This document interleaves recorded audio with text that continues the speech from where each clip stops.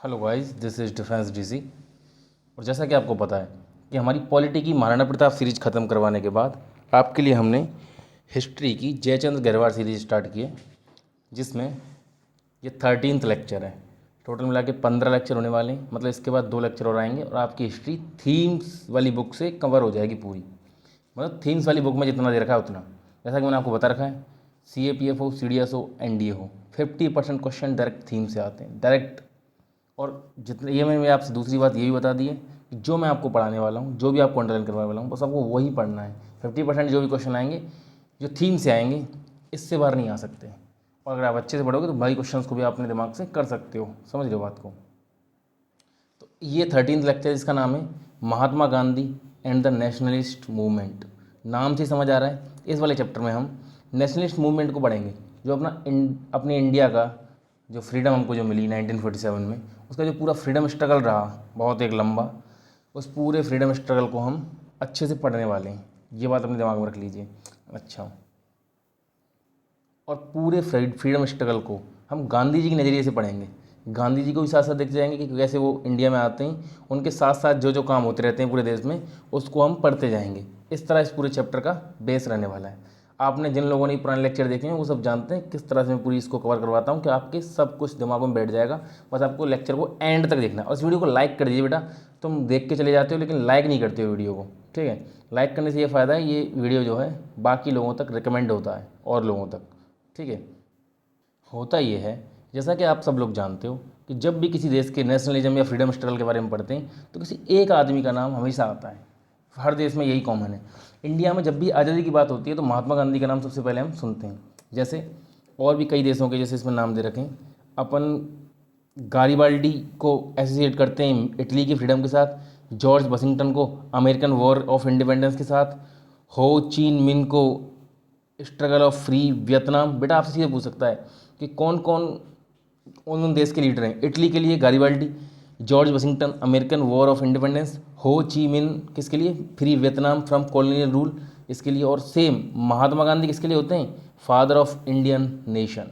ठीक है जी, ये आपके समझ आ गया। तो ये बेटा ये नाम आपको याद रख लेने हैं। अच्छा, महात्मा गांधी कैसा है, सबसे ज़्यादा मोस्ट, मेरे ख्याल से सबसे ज़्यादा मोस्ट इन्फ्लुएंशियल और रिवर्ड लीडर रहे होंगे जिनको इतना ज़्यादा लोग फॉलो करते हैं। अच्छा, इस पूरे चैप्टर में हम गांधी जी की जो भी एक्टिविटी रही 1915 से लेकर 1948 तक। 1915 में ही गांधी जी यहाँ पे आए थे इंडिया में, 21 जनवरी 1915। उन्हीं की याद में प्रवासी भारतीय दिवस मनाया जाता है, NRI डे जिसको बोलते हैं, ठीक है? 21 जनवरी 1915 को। तो देखिए ये फ़ोटो दे रखा है। फ़ोटो किसका है ये?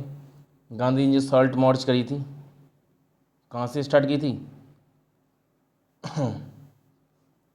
साबरमती रिवर पर जो उनका आश्रम था दांडी नाम की जगह, वहाँ से उन्होंने 1930 में दांडी नाम की जगह से ये मार्च स्टार्ट की थी, इसको दांडी मार्च भी बोलते हैं, ठीक है? तो गाइस अब हम इस पेज पे पढ़ने वाले हैं। जैसे इस पहले टॉपिक का नाम है अ लीडर अनाउंसेस हिमसेल्फ। इसमें गांधी जी को बिल्कुल शुरू से पढ़ेंगे, ठीक है जी? शुरू से कि कहाँ वो थे, शुरू में वो कहाँ गए, कहाँ पैदा हुए, बेसिकली कब वो इंडिया में आए, उसके बाद उन्होंने किस तरह से पूरी की पूरी जर्नी स्टार्ट की अपनी, वो सब इसमें पढ़ लेंगे। वो पूरी क्रोनोलॉजी आपकी एकदम बहुत अच्छे से समझ में आएगी। क्रोनोलॉजी से अमित शाह जी याद आ गए। आप क्रोनोलॉजी समझ रहे हो तो देखिए, आप क्रोनोलॉजी समझाता हूँ आपको। जनवरी 1915 में मोहनदास करमचंद गांधी अपने होमलैंड मतलब इंडिया आए वापस। कितने दिनों के बाद? 2 डेकेड्स के बाद, 2 दशकों के बाद, ठीक है जी? इंडिया में ये जो 2 दशक थे, इनमें से ज़्यादातर टाइम उन्होंने अब्रॉड बिताया था और उसमें ज़्यादातर टाइम उन्होंने साउथ अफ्रीका नाम के देश में बिताया था, ठीक है? वहाँ पे वो इंडियन कम्युनिटी के लीडर बन गए थे जाके। उन्होंने वहाँ पे जो इंडियंस थे उनके अधिकारों के लिए काफ़ी कुछ किया था, इसलिए वहाँ पे जो इंडियंस रहते थे साउथ अफ्रीका में, उनके वो काफ़ी पूज्य बन गए थे। अच्छा, एक हिस्टोरियन है, उनका नाम है चंद्रन देवनसन। उन्होंने लिखा है कि साउथ अफ्रीका जो था वो मेकिंग ऑफ महात्मा था। साउथ अफ्रीका में ही वो महात्मा बने थे। क्यों? क्योंकि जो पहली बार जो उन्होंने जो उनका जो नॉन वायलेंट प्रोटेस्ट होता है जिसको सत्याग्रह बोलते हैं, सत्याग्रह उन्होंने पहली बार साउथ अफ्रीका में ही किया था। तो देखिए काफ़ी सारे क्वेश्चन यहाँ पे बन गए कि नहीं, आप बताइए? काफ़ी क्वेश्चन बन चुके हैं कि नहीं भाई साहब? अच्छा, अभी जैसे ये महात्मा गांधी जब 1915 में इंडिया आए और 1893 में यहाँ से गए थे, तो कुल मिला के 2 दशक से ही हो गए, 22 साल हो गई ना पूरी की पूरी। तो जैसा वो 1993 में यहाँ से इंडिया को छोड़ के गए थे, उससे काफ़ी डिफरेंट इंडिया मिला था उनको 20 साल बाद यहाँ पे जब आए, 22 साल बाद जब भी यहाँ पे आए थे। क्यों? क्योंकि अब जो इंडिया था जिन्होंने आके देखा था वो काफ़ी एक्टिव था पॉलिटिकल सेंस में। क्यों एक्टिव था? कांग्रेस की जो ब्रांचेस थी ज़्यादातर बड़ी बड़ी सिटी और टाउन में खुल चुकी थी। स्वदेशी मूवमेंट हो चुका था 1905-7 का। स्वदेशी मूवमेंट कब हुआ था? जब लॉर्ड कर्जन ने बंगाल का विभाजन कर दिया था। किसने? Lord Curzon. वो फिर चला गया था, फिर उसके बाद आया लॉर्ड कैनिंग, ठीक है, फिर जाके उन्होंने दोबारा से जो बंगाल को जो है वो कर दिया था, उन्होंने दोबारा से मतलब बंगाल का जो पार्टीशन जो था वो कैंसिल किया उसने। अच्छा ठीक है, आगे देखते हैं। अरे मैं नाम भूल रहा हूँ, शायद कैनिंग या मिंटो में से कोई एक था जिसने कैंसिल किया था बंगाल का जो पार्टीशन है। जॉर्ज 5 किंग जब यहाँ इंडिया आया था, ठीक है, हमने लास्ट चैप्टर में पढ़ा था ना, जॉर्ज 5 आया था इंडिया 1911 में, जब कैपिटल को कलकत्ता से दिल्ली शिफ्ट किया था, उसी वक्त उसने बंगाल का विभाजन भी कैंसिल कर दिया था, क्योंकि उसके लिए काफ़ी प्रोटेस्ट हुए थे इंडिया में कि भाई बंगाल को बांटो मत। अच्छा, the movement had throne up सब टावरिंग लीडर्स। इस स्वदेशी मूवमेंट की वजह से काफ़ी नए लीडर निकल के आए थे, जैसे जिनमें से कौन कौन से? महाराष्ट्र के बाल गंगाधर तिलक, बिपिन चंद्र पाल बंगाल के, और लाला लाजपत राय शेरा पंजाब जिनको बोलते थे, पंजाब के शेर। तो तीनों लाल बाल पाल इन्हीं को तो बोलते हैं, बाल गंगाधर तिलक, बिपिन चंद्र पाल बंगाल के, और लाला लाजपत राय पंजाब से। ठीक है, नए नए लीडर निकल के आए थे स्वदेशी मूवमेंट से। बेटा एक क्वेश्चन तैयार हो गया, स्वदेशी मूवमेंट से कौन कौन से लीडर निकल के आए हैं? लाल बाल पाल तीनों के तीनों। अच्छा, एक ग्रुप था कांग्रेस में, इनको मॉडरेट बोलते थे, जो चाहते थे कि बहुत ही धीरे धीरे और परसुएसिव अप्रोच के थ्रू हमको काम करना चाहिए, ठीक है। और इन्हीं मॉडरेट में से गांधी जी के क्या थे? एक पॉलिटिकल मेंटर थे, गांधी जी के गुरु थे, पॉलिटिकल गुरु, जिनका नाम था गोपाल कृष्ण गोखले। ये मॉडरेट थे। मॉडरेट मतलब नरम दल के नहीं था, काफ़ी नरम अप्रोच रखने वाले। अच्छा, और कौन कौन थे? ऐसे ही एक दूसरा एक लॉयर था गांधी जी की तरह ही, जिसका नाम था मोहम्मद अली जिन्ना, ठीक है, गांधी जी की तरह ही था, जो गुजराती एक फैमिली से था और लंदन में जाके वो भी पढ़ के आया था गांधी जी की तरह ही, ठीक है। गोखले की एडवाइस पे गांधी जी ने पूरा 1 साल ब्रिटिश इंडिया को घूमने में बिताया। देखिए हर बेटा जितने स्टेटमेंट बता रहा हूँ, हर स्टेटमेंट अपने आप में एक क्वेश्चन है, रट लेने सारे क्वेश्चन। किसके एडवाइस पे? गोखले, गोपाल कृष्ण गोखले ने, उनके गुरु थे, उन्होंने कहा भाई इंडिया को तो घूम अभी आके। अच्छा, गांधी जी की पहली पब्लिक अपीयरेंस जो हुई थी, मेजर पब्लिक अपीयरेंस, जब बनारस हिंदू यूनिवर्सिटी का जब इनॉग्रेशन हुआ था, ओपनिंग जो हुई थी फरवरी 1916 में। बनारस हिंदू यूनिवर्सिटी कब खुली है? 1916 में खुली है। पहला क्वेश्चन तो यही हो गया।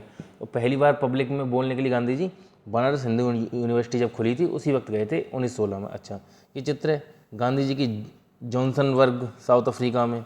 देखिए कोट वोट पहन के लग रहे हैं। अच्छा ठीक है, इवेंट जो था इसको बहुत सारे प्रिंस, फिलैंथ्रोपिस्ट जिन्होंने डोनेशन दिए थे, अमीर अमीर लोग, काफ़ी कोई लोग इसको अटेंड करने आए थे। भाई डोनेशन भी देना पड़ता है, यूनिवर्सिटी ऐसी थोड़ी खुल जाती है। जिन लोगों ने इसमें पैसे लगाए थे, बहुत सारे प्रिंस वगैरह भी थे, काफ़ी लोग इसमें आए थे। अच्छा, कांग्रेस के लीडर भी यहाँ पे प्रेजेंट थे उस वक्त, जैसे एनी बेसेंट, ठीक है। अब ये उस वक्त जो कांग्रेस के लीडर वहाँ पे थे, उनके कंपेरिजन में गांधी जी तो अभी जस्ट 1 साल पहले इंडिया आए थे, तो गांधी जी रिलेटिवली अननोन थे, उनको कोई नहीं जानता था इतना। बस गांधी जी को यहाँ पे बुलाया गया था इसलिए क्योंकि उन्होंने साउथ अफ्रीका में जो काम किया था इंडियन कम्युनिटी के लिए, उसकी वजह से उनको यहाँ पे बुलाया गया था। किस वजह से? साउथ अफ्रीका के काम की वजह से। अभी इंडिया में उन्होंने ऐसा कुछ नहीं किया है, इसकी वजह से लोगों ने जाने। अच्छा, अब देखिए एक सेकेंड, ये जो BHU की जो ओपनिंग थी, एक बहुत ही बड़ा शो था, गॉर्जियस शो था, ये तो एक पक्की सी बात है, ठीक है। लेकिन जो गांधी थे उनको चिंता इस बात की थी कि भाई कितना कॉन्ट्रास्ट है किसके बीच में? Richly bedecked nobleman present and millions of the poor Indians who were absent. भाई सीधी सी बात है, गांधी जी को इस बात की चिंता रहती थी कि भाई देखिए यहाँ पर जो लोग प्रेजेंट है, कितने अमीर अमीर लोग आए हुए हैं इंडिया के, लेकिन एक तरफ जो लाखों करोड़ों की संख्या में जो जो यहाँ पर नहीं आए, जो पुअर इंडियन, तो इंडिया में किस तरह का गरीब और अमीर की जो बीच की खाई है, जो आज के वक्त में भी बनी हुई है, इसकी लेके गांधी जी की चिंता हमेशा रहती थी। अच्छा, अब भाई साहब गांधी जी जब बोलना स्टार्ट करते हैं, फिर बोलते हैं there is no salvation for India unless you strip yourself of this jewellery and hold it in your trust for your countrymen in India. कि भाई साहब जब तक काम नहीं चलेगा, जब तक तुम अपनी ये ज्वेलरी वगैरह को नहीं फेंकोगे, तो देश के लिए ढंग से काम नहीं करोगे और उन गरीबों के लिए काम नहीं करोगे, तब तक कुछ नहीं होने वाला बेसिकली। उन्होंने इतना अच्छा भाषण दिया था। अच्छा, और उन्होंने क्या क्या भाषण में बोला उसको एक बार सुन लो बेटा, बहुत अच्छी बातें बोली।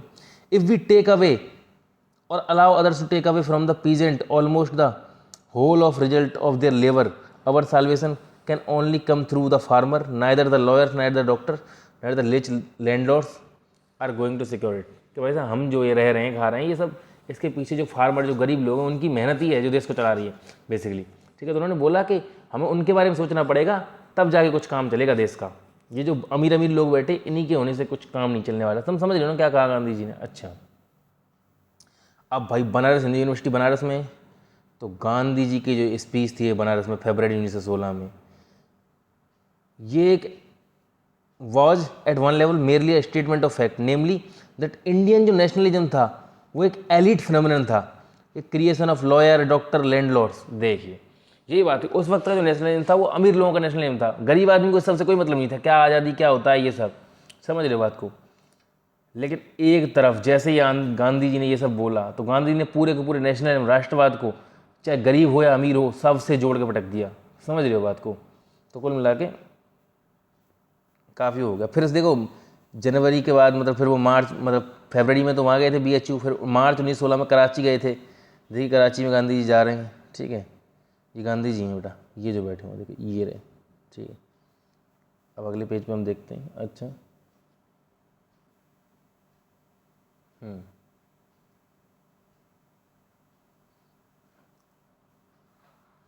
इन the last month of the year, हर बेटा एक बात समझ लीजिए, हर साल के लास्ट महीने में कांग्रेस का वो होता था एनुअल सेशन।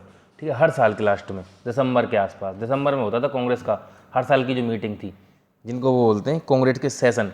और किस शहर में होता था, उनके कोई पूछ लेते हैं कि 1916 का सेशन किस शहर में हुआ था, 1917 में कहाँ हुआ था। इंपॉर्टेंट आपको सब पता होना चाहिए। अच्छा देख लेते हैं, 1916 का जो लास्ट में हुआ था दिसंबर 1916 में, वो लखनऊ में हुआ था। कहाँ हुआ था? लखनऊ में। अच्छा, अब था क्या, इसको पढ़ लेते हैं एक बार। Gandhi ji was presented with an opportunity to put his precept into practice at the annual Congress held in Lucknow. He were approached by a peasant from Champaran in Bihar, वो told him about the harsh treatment of peasant by British indigo planter. देखिए, फिर यहीं पे इसी के दौरान उनकी मुलाकात एक उससे हुई, खेत में काम करने वाले किसान से, जिसने बोला कि भाई चंपारण बिहार में किस तरह से अंग्रेज जो नील की खेती करवा के उन्हें परेशान कर रहे हैं, और जो भी उसका टैक्स वैक्स की जो दिक्कत थी वो सब उसने गांधी जी को बताई। फिर गांधी जी वहाँ पे गए। ठीक है, अब देखते हैं गांधी जी ने फिर क्या किया उसके बाद, ये चंपारण वाली बात सुनने के बाद। The making and the unmaking of the non cooperation. अब यहाँ से हम इस पूरे पैराग्राफ पढ़ेंगे कैसे कैसे ये धीरे धीरे छोटे मोटे जो मूवमेंट करते करते गांधी जी इतने बड़े लीडर बन गए कि उन्होंने NCM नॉन कोऑपरेशन मूवमेंट या असहयोग जैसे आंदोलन जिसको हिंदी में बोलते हैं, वो कैसे शुरू हुआ देखते हैं इसके बारे में। अच्छा, 1917 में गांधी जी ने मतलब पूरा का पूरा जो 1917 का जो टाइम था वो चंपारण में बिताया। ठीक है, अच्छा, चंपारण का आंदोलन किया। फिर 1918 में गांधी जी ने 2 कैंपेन किए। कहाँ पे? पहला तो किया गुजरात में। गुजरात में किस लिए? अहमदाबाद के जो मिल के जो वर्कर थे उनके लिए, कुछ उनकी मांगों के लिए किया था पहला तो। अच्छा, देन उसके बाद उन्होंने पीजेंट खेड़ा में जो पीजेंट के जो टैक्स वैक्स था उसके लिए काम किया। तो बेटा 3 आंदोलन किए थे। 1917 में किया था पहले तो एक, 1917 में चंपारण बिहार, फिर 1918 में 2, एक तो अहमदाबाद और फिर दूसरा खेड़ा। ठीक है, तो इसको याद कैसे रखेंगे? तो ऐसा समझ लीजिए गांधी जी ने आते आते इंडिया में केक खाया, CAKE, C for Champaran, A for Ahmedabad दूसरे नंबर पर, तीसरे नंबर पर खेड़ा, E फॉर केक बनाने के लिए मैंने बस ऐसे ही बोल दिया। ठीक है, तो केक खाया। ठीक है, केक से आप याद रख सकते हो गांधी जी 3 आंदोलन जो किए थे आते आते। 1917 में एक चंपारण वाला, 18 में 2। ठीक है जी। अच्छा, ये जो गांधी जी के जो काम थे, ये चंपारण का जो पूरा इनिशिएटिव था, अहमदाबाद में खेड़ा में जो काम किया, इसकी वजह से गांधी जी की इस तरह से उभर के आए कि उनकी डीप सिंपैथी है पुअर लोगों के लिए। अब तक के जो लीडर थे वो पुअर वगैरह पे इतना कोई ध्यान नहीं देते थे, पुअर्स की ऐसी कोई बात नहीं कर रहा था। समझ रहे हो बात को। अच्छा, अब क्या हुआ, 1919 में कॉलोनियल जो रूलर थे, जो अंग्रेज थे, उन्होंने गांधी जी के हाथ में एक ऐसा मुद्दा पकड़ा दिया जिसकी वजह से उन्होंने एक वाइडर मूवमेंट क्रिएट किया। जैसे बताता हूँ क्या हुआ था। 1914 से 18 के बीच में वर्ल्ड वॉर 1 हुआ है। ठीक है जी, ग्रेट वॉर जो 1914 से 18 वर्ल्ड वॉर 1 हो रहा है। ठीक है, उस वक्त प्रेस पर सेंसरशिप लगा दी गई थी, सेंसरशिप ऑफ द प्रेस। ठीक है, डिटेंशन हो रहा था विदाउट ट्रायल किए, बिना ट्रायल के डिटेंशन हो रहा, सज़ा मिल रही थी, ठीक है खूब, ये सब काम हो रहे थे। नाउ एक कमेटी थी जिसको हेड किया था सिडनी रोलेट नाम से, उसने एक, जब वॉर ख़त्म हो गया, अब भी ये जो मीजर थे ये कंटिन्यू कर दिए गए, अब इनको ख़त्म नहीं किया गया वॉर ख़त्म होने के बाद भी, इसके अगेंस्ट में समझ रहे हो, मतलब हुआ ये था कि 1914 से 18 के बीच में कुछ बहुत सारे इंडियन सोल्जर भी थे ब्रिटिश आर्मी में, उन्होंने भी खूब सेवा दी थी, ब्रिटिश की तरफ से लड़े थे, ब्रिटिश लोग जीत गए थे वर्ल्ड वॉर 1 को, ब्रिटिशर्स ही जीते थे वर्ल्ड वॉर 1 को। उसके बाद यहाँ पे कमेटी जो बनी थी, जो प्रेस पे जो फ्रीडम वगैरह थी उसको ऐसे कैसे कट किया गया, बिना ट्रायल डिटेंशन हो रहे थे, उसको कंटिन्यू रखा गया इंडिया में, समझ रहे हो बात को। इसके खिलाफ गांधी जी ने, सुनना बेटा, इसके खिलाफ गांधी जी ने एक कंट्री वाइड कैंपेन स्टार्ट किया अगेंस्ट द रोलेट एक्ट, इसको रोलेट एक्ट बोलते थे, क्योंकि जो कम्युनिटी जो थी उसका हेड कौन था, सिडनी रोलेट, उसी की अगुवाई में तो ये रूल बनाए गए थे। तो उन्होंने क्या हुआ, सब गांधी जी ने अब वो की कि भाई साहब इसके खिलाफ हम एक आंदोलन करेंगे और सब कुछ बंद करेंगे, सब स्कूल दुकानें बंद की जाएंगी दिन, और एक दिन का उन्होंने बंद कॉल का अनाउंस किया। एक दिन क्या मतलब जितने दिन का किया होगा कि भाई साहब बंद रहेगा। अच्छा, अब प्रोटेस्ट जो ये थे सबसे ज़्यादा कहाँ पे हो रहे थे बेटा, पंजाब में हो रहे थे, बहुत ज़्यादा इंटेंस। क्यों हुए थे, क्योंकि बहुत सारे पंजाब के सैनिक थे जिन्होंने ब्रिटिश साइड से वॉर में जो लड़े थे, ब्रिटिश आर्मी में जो बहुत सारे लोग थे। अब भाई साहब वॉर जीतने के बाद वो तो सोच रहे थे कि उन्हें रिवॉर्ड मिलेगा उनकी सर्विस के लिए, और रिवॉर्ड की जगह उनको मिल क्या गया, रोलेट एक्ट मिल गया। पूरा गुस्सा तो बहुत ज़्यादा था, तो पंजाब में इसलिए थोड़ा और ज़्यादा गुस्सा बना हुआ था। अच्छा जी, फिर गांधी जी जब पंजाब की तरफ जा रहे थे तब उनको डिटेन कर दिया गया, उनको जेल में डाल दिया गया गांधी जी को पकड़ के। अच्छा, बहुत सारे प्रोमिनेंट लोकल कांग्रेसमैन उनको भी पकड़ लिया गया, ये बात आप समझ लीजिए। अच्छा, और लास्ट में जब बहुत ज़्यादा ही वो बढ़ गया था सब कुछ, progressively more tense, reaching a bloody climax in Amritsar in April 13 April 1919 को जलियांवाला बाग हत्याकांड हो गया। उसके बाद ही पूरा का पूरा ये जो मूवमेंट था शांत हुआ, आप सबको खूब अच्छे से पता है।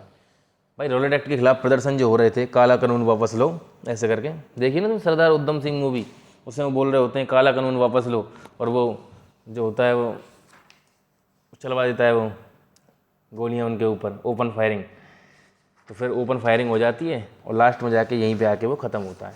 और समझ रहे हो बात को, रोलेट एक्ट के बाद ये सब हो रहा है। आप क्रोनोलॉजी मतलब आप बस एक अरेंजमेंट याद रखिए, कौन सी चीज़ के बाद कौन सी चीज़ हो रही है, वही ज़्यादा ज़रूरी है, उसी से आपके समझ में बैठेगा कि क्या हो रहा है क्या नहीं। समझ रहे हो बात को। अच्छा, कि भाई साहब 400 से ज़्यादा लोग मारे गए थे, इतना पक्का पता है, जलियांवाला बाग मैसेकर जो हुआ था। अच्छा, अब देखिए बेटा ये स्टेटमेंट बहुत इंपॉर्टेंट है कि यह रोलेट सत्याग्रही था। भाई रोलेट सत्याग्रही तो बोलते हैं इसको, गांधी जी ने रोलेट एक्ट के जो विरोध में जो कैंपेन चलाया था उसको बोलते हैं रोलेट सत्याग्रह।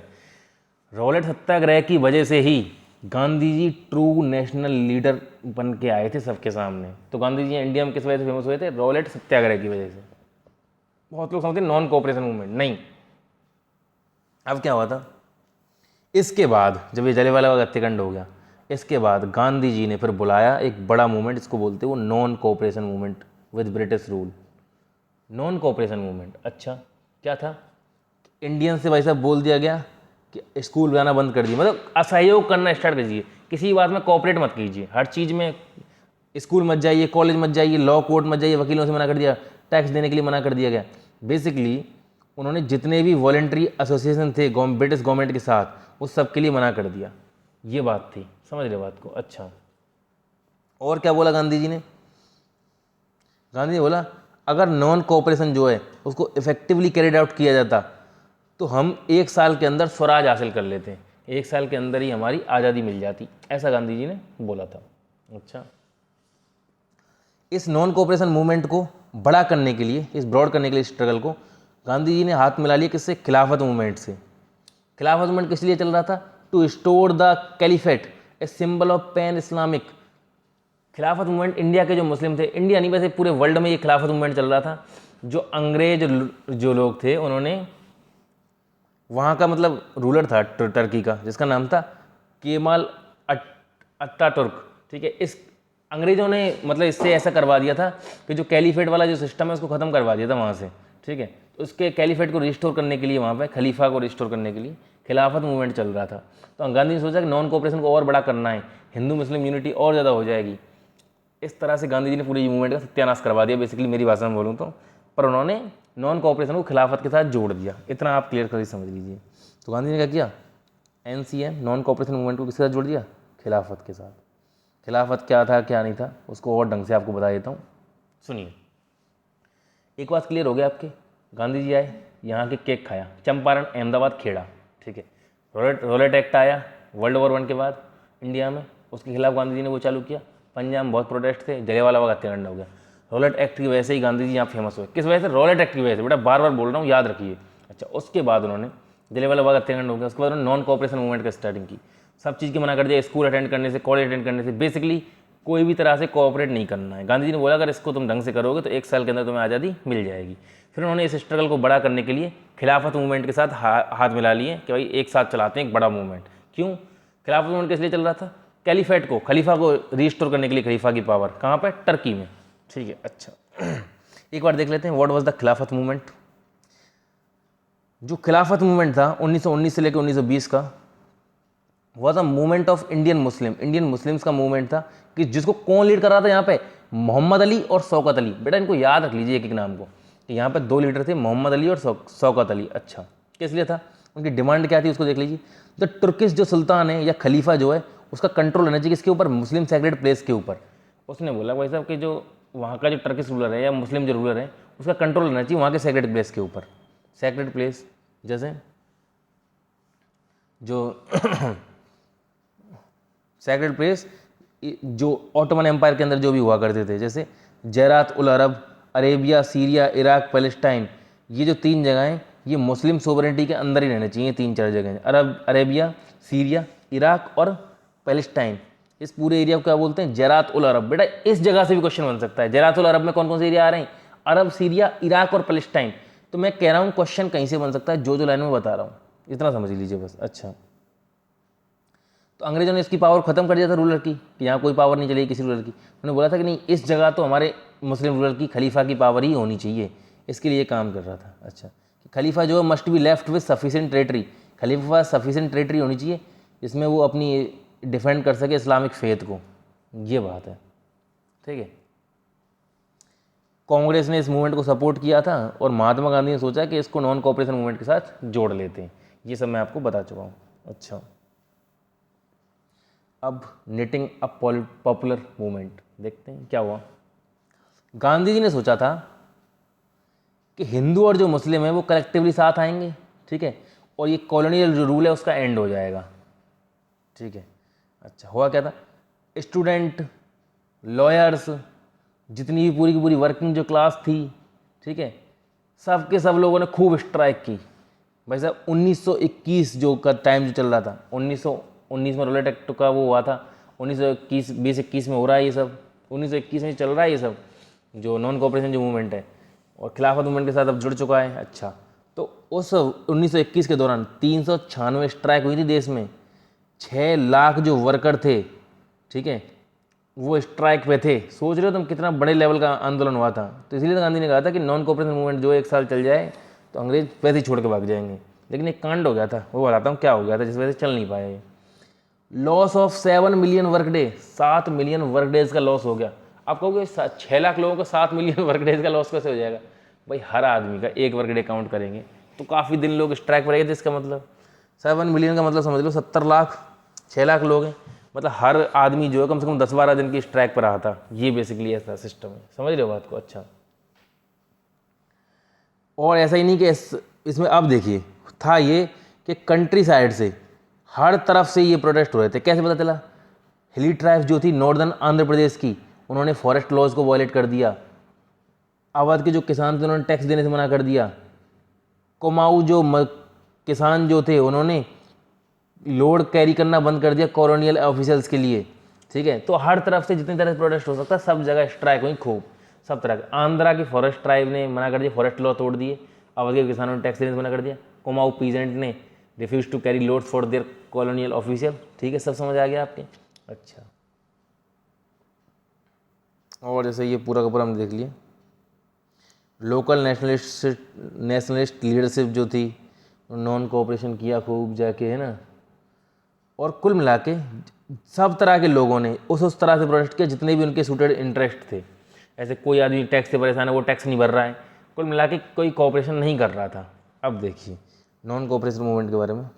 नॉन कोऑपरेशन रॉड Mahatma Gandhi American biographer Louis Fischer जो हैं उन्होंने महात्मा गांधी की एक बायोग्राफी लिखी है, अमेरिकन बायोग्राफर लुइस फिशर ने नॉन कोऑपरेशन के बारे में क्या लिखा है, became the name of an epoch in the life of India and Gandhi ji. कोई नॉन कोऑपरेशन जो था वो बहुत बड़ा एक नाम बन गया था इंडिया और गांधी जी की लाइफ में, इतना आप समझ लीजिए। अच्छा है ना। अब उन्होंने और भी कुछ लिखा है, जैसे नॉन कोऑपरेशन जो था वो नेगेटिव इनफ था पीसफुल रहने के लिए, मतलब पीसफुल तो नहीं रह सकता था, ठीक है, लेकिन पॉजिटिव इनफ था टू इफेक्टिव, इफेक्टिव बहुत था लेकिन पीसफुल रहने के थोड़े कम चांस थे इसके। अच्छा, और क्या बोला, यह एक तरह की ट्रेनिंग थी किस चीज़ के लिए, सेल्फ रूल के लिए, स्वराज के लिए, अंग्रेजों के बिना तुम किस तरह से रहोगे, बेसिकली वही तो चल रहा है। अच्छा, इसके रिजल्ट से नॉन कोऑपरेशन मूवमेंट की वजह से ब्रिटिश राज जो था वो हिल गया, उसकी फाउंडेशन हिल गई पहली बार किसके बाद, 1857 के रिवॉल्ट के बाद पहली बार। 1857 में भी हिल गए थे, मैंने तुमको खूब अच्छे से पढ़ाया था रेबेल्स इन द राज चैप्टर में, किस तरह की 1857 की क्रांति में अंग्रेज उखड़ने ही वाले थे, बस बड़ी मुश्किल से बचे थे। तो ये दूसरी बार ऐसा हो रहा था उसके बाद कि अंग्रेजी जो शासन था वो पूरी तरह से हिल गया था। फिर क्या हुआ था भाई साहब, फरवरी 1922 में हो जाता है एक कांड। कुछ किसान थे, एक ग्रुप ऑफ पीजेंट, उन्होंने अटैक कर दिया किसको, एक पुलिस स्टेशन को, और आग लगा दी उसमें, एंड टॉर्च्ड अ पुलिस स्टेशन। उसमें बहुत सारे पुलिस कर्मचारी जल के मर गए। कहाँ पे हुआ था ये, चौरी चौरा नाम के चौराहे पे, ठीक है, चौरी चौरा नाम की जगह है in the Hamlet of Chauri Chaura, इसी को चौरी चौरा कांड बोलते हैं, ठीक। अब ये वायलेंस का कितना बड़ा एक्ट हुआ है, बस इसी से परेशान होके बहुत सारे जो कांस्टेबल थे वो जल के मर गए थे, ठीक है, पेरिश्ड इन द कॉन्फ्लेग्रेशन लिखा हुआ है। This act of violence prompt Gandhi ji to call off the movement altogether. इस वजह से गांधी जी ने पूरे के पूरे जो आंदोलन था उसको वापस ले लिया कि भाई साहब हिंसा बर्दाश्त नहीं है बस, ठीक है। अब इसकी वजह से गांधी जी को घर जेल में भी डाला गया, खूब काम हुए थे, ठीक है। अब देखते हैं क्या क्या हुआ, अब इसके कॉन्सिक्वेंस क्या क्या हुए थे वो भी देख लेते हैं। देखिए ये देख लीजिए, नॉन कोऑपरेशन मूवमेंट चल रहा है जुलाई 1922 में, किस तरह से लोग इकट्ठे हो रहे हैं, खूब दिख रहा है ना तुमको, तो देखो। अच्छा, देखते हैं क्या क्या हुआ था।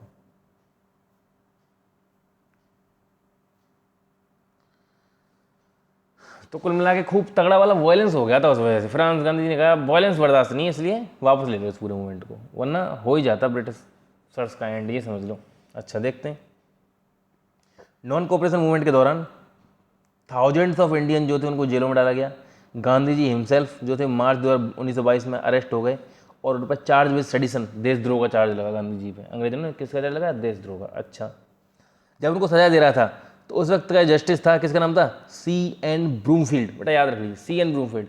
उसने एकदम रिमार्केबल स्पीच दी गांधी जी के लिए, बेसिकली उन्होंने बहुत तारीफ की गांधी जी की। क्या कहा था उसने, बोला that you are a different category from any person I have ever tried or am likely to try. It would be impossible to ignore the fact that in the eyes of millions of your countrymen, you are a great patriot and a leader. मतलब देशद्रोह के charge का मुकदमा चल रहा है, सजा सुनाते हुए बोल रहा है कि मुझे पता है कि इस देश के करोड़ों लोगों के लिए तुम एक बहुत बड़े देशभक्त हो और एक बहुत बड़े नेता हो, ठीक है, लोग तुम्हें किस तरह से देखते हैं, ये वो कुल मिला के अच्छी से अच्छी तारीफ की। A man of high ideals बोला था, है ना। और उसने कहा था कि क्योंकि अब गांधी जी ने लॉ तोड़ा है, वॉलेटेड द लॉ, उसने बोला since the Gandhi ji has violated the law, तो इस वजह से सज़ा देना तो बेंच के लिए बहुत ज़रूरी है, इसलिए बेंच ने 6 साल की क्या सज़ा दी, सज़ा सुना दी। अच्छा, ठीक है। अब क्या बोला इन्होंने, if the course of event in India should make it possible for the government to reduce the period to release you, no one will be better pleased than I. उन्होंने कहा कि भाई अगर गवर्नमेंट तुमको छोड़ने का फैसला कर देती है या तुम्हारी सजा कम कर देती है तो सबसे ज़्यादा खुश तो मैं होऊंगा। ये C.N. ब्रूमफील्ड अंग्रेज जज बोल रहा है गांधी जी के बारे में सजा सुनाते हुए, तो ऐसा अगर तुम्हारी सजा कम कर देते हैं तो मैं ज़रूर करूँगा। अब क्योंकि सेडिशन का चार्ज चल रहा है तो सजा तो लगेगी, तो 6 साल की सजा देशद्रोह के मुकदमे में उनके ऊपर लगा दी गई, ठीक है। तो बेसिकली काफ़ी कुछ हो रहा है, देखते हैं। A popular leader, a people's leader, ठीक है। 1922 तक गांधी जो थे उन्होंने ट्रांसफॉर्म कर दिया इंडियन नेशनलिज्म को, कैसे, जो कि उन्होंने BHU में प्रॉमिस किया था, ठीक है, कि कि वैसा अब ये जो मूवमेंट जो था वो कोई केवल प्रोफेशनल और इंटेलेक्चुअल और एलिट लोगों का नहीं रह गया था। अब इस पूरे के पूरे मूवमेंट में देश जो अपनी जो नेशनलिज्म जो राष्ट्रवाद का जो ये पूरा मूवमेंट जो देश में चल रहा है, नेशनलिस्ट मूवमेंट जो चल रहा है, इसमें सब तरह के लोग हैं, किसान, वर्कर, आर्टिजन, सब तरह के लोग। बेसिकली गांधी जी ने इसको एक पॉपुलर मूवमेंट बना दिया। ठीक है, अच्छा। Referring to him as their Mahatma, लोग भी उनको क्या बोलते थे? महात्मा बोलते थे। सबसे पहले रविंद्रनाथ टैगोर ने इनको महात्मा कहा था वैसे। अच्छा अच्छा, ये किसने बोला था बेटा कि महात्मा को साउथ अफ्रीका में बने? चंद्रन देवनसन, अभी बताया था ना तुमको थोड़ी देर पहले ही। अच्छा, कैसे? क्योंकि वो ऐसे रहते इस तरह से थे। कैसे रहते थे? लोगों को ये पसंद आता था कि वो गांधी जी किस तरह से रहते हैं, कि उनकी तरह रहते हैं गांधी जी। कैसे? जैसे बाकी के जो लोग थे, जो अदर लीडर जो थे, वो कोट पैंट पहन के रहते थे, लेकिन गांधी जो थे वो एकदम कॉमन रहते थे, बहुत कॉमन। कॉमन कैसे? एकदम जैसे अदर जो नेशनलिस्ट लीडर थे वो फॉर्मल ड्रेस करते थे, बहुत ही वेस्टर्न सूट पहनते थे। ठीक है, और इंडियन बंद गला पहनते थे। गांधी जी जो थे went among the people in simple dhoti और लाइन क्लॉथ। गांधी जी धोती कुर्ते में रहते थे, ये सिंपल नीचे धोती पहनते थे, ऊपर तो कुछ पहनते भी नहीं थे। तो गांधी जी इस तरह से पहनते थे। अच्छा, और हर दिन जो थे गांधी जी चरखा चलाते थे। ठीक है, और एनकरेज करते थे अदर नेशनलिस्ट को कि वो भी यही काम करें, चरखा चलाएं सब के सब लोग। अच्छा, एक हिस्टोरियन है जिसका नाम क्या है? शाहिद अमीन। शाहिद अमीन नाम का एक इतिहासकार है जिसने गांधी जी के इमेज के बारे में बताया है कि जो उत्तर प्रदेश के जो किसान थे उनकी नज़र में गांधी जी किस तरह से इमेज थी। उसने काफ़ी रिसर्च किया गांधी जी के ऊपर। ठीक है, अब देखते हैं कि उसने क्या क्या पता किया, वो सब देख लेते हैं। लेकिन ये देखिए गांधी जी की एक फ़ोटो दिख रही है आपको चरखा के साथ। इसमें क्या लिखा हुआ है? गांधी जी विद द चरखा। इस इमेज में ये जो इमेज थी ये मोस्ट अवॉइडिंग इमेज बन गई इंडियन नेशनलिज्म की। इस ये फोटो काफ़ी ज़्यादा वायरल होने लगा, गांधी जी जिस तरह चरखा के साथ बैठे हुए। आज के वक्त में भी ये चलता है, और वो गाना चलता है ना, दे दिया मैं आज़ादी बिना खड़क कोई ढाल, ऐसा कुछ। ठीक है, तो देखते हैं और गांधी जी के बारे में क्या पढ़ते हैं। अब बेटा देखिए, इस चैप्टर को ना बहुत अच्छे से पढ़िए, क्योंकि CAPF असिस्टेंट कमांडेंट का जो पेपर 2 है उसमें गांधी जी के ऊपर निबंध भी आ सकता है, पहले भी आया हुआ है, अब भी आ सकता है, ऐसी कोई बात नहीं। तो काफ़ी अच्छे से पढ़िए। आपको सब कुछ अगर पता रहेगा गांधी जी के बारे में तो बहुत अच्छे से लिख सकते हो आप, ऐसे पूरा का पूरा ऑर्डर में एकदम। गांधी जी जो थे वो क्रिटिकल थे किसके बारे में? जो मॉडर्न एज की जो मशीनरी थी। गांधी जी बोलते थे कि भाई साहब ये जो इंडस्ट्रियलाइजेशन हो रहा है, जिस तरह की नई नई मशीन आ रही है, इस वजह से लोगों की नौकरियां चली जाएंगी। ठीक है, उनके अपोजिट में रविंद्रनाथ जो टैगोर थे वो चाहते थे कि थोड़ा साइंस वाइंस का प्रमोशन हो, तो इस जगह थोड़ा, और वो चाहते थे कि इंडियन मशीन नई नई मशीनरी आए, इंडिया में इंडस्ट्रियलाइजेशन हो। यहाँ पे दोनों की जो सोच थी वो थोड़ी अलग थी। अब जैसे बताता हूँ आपको।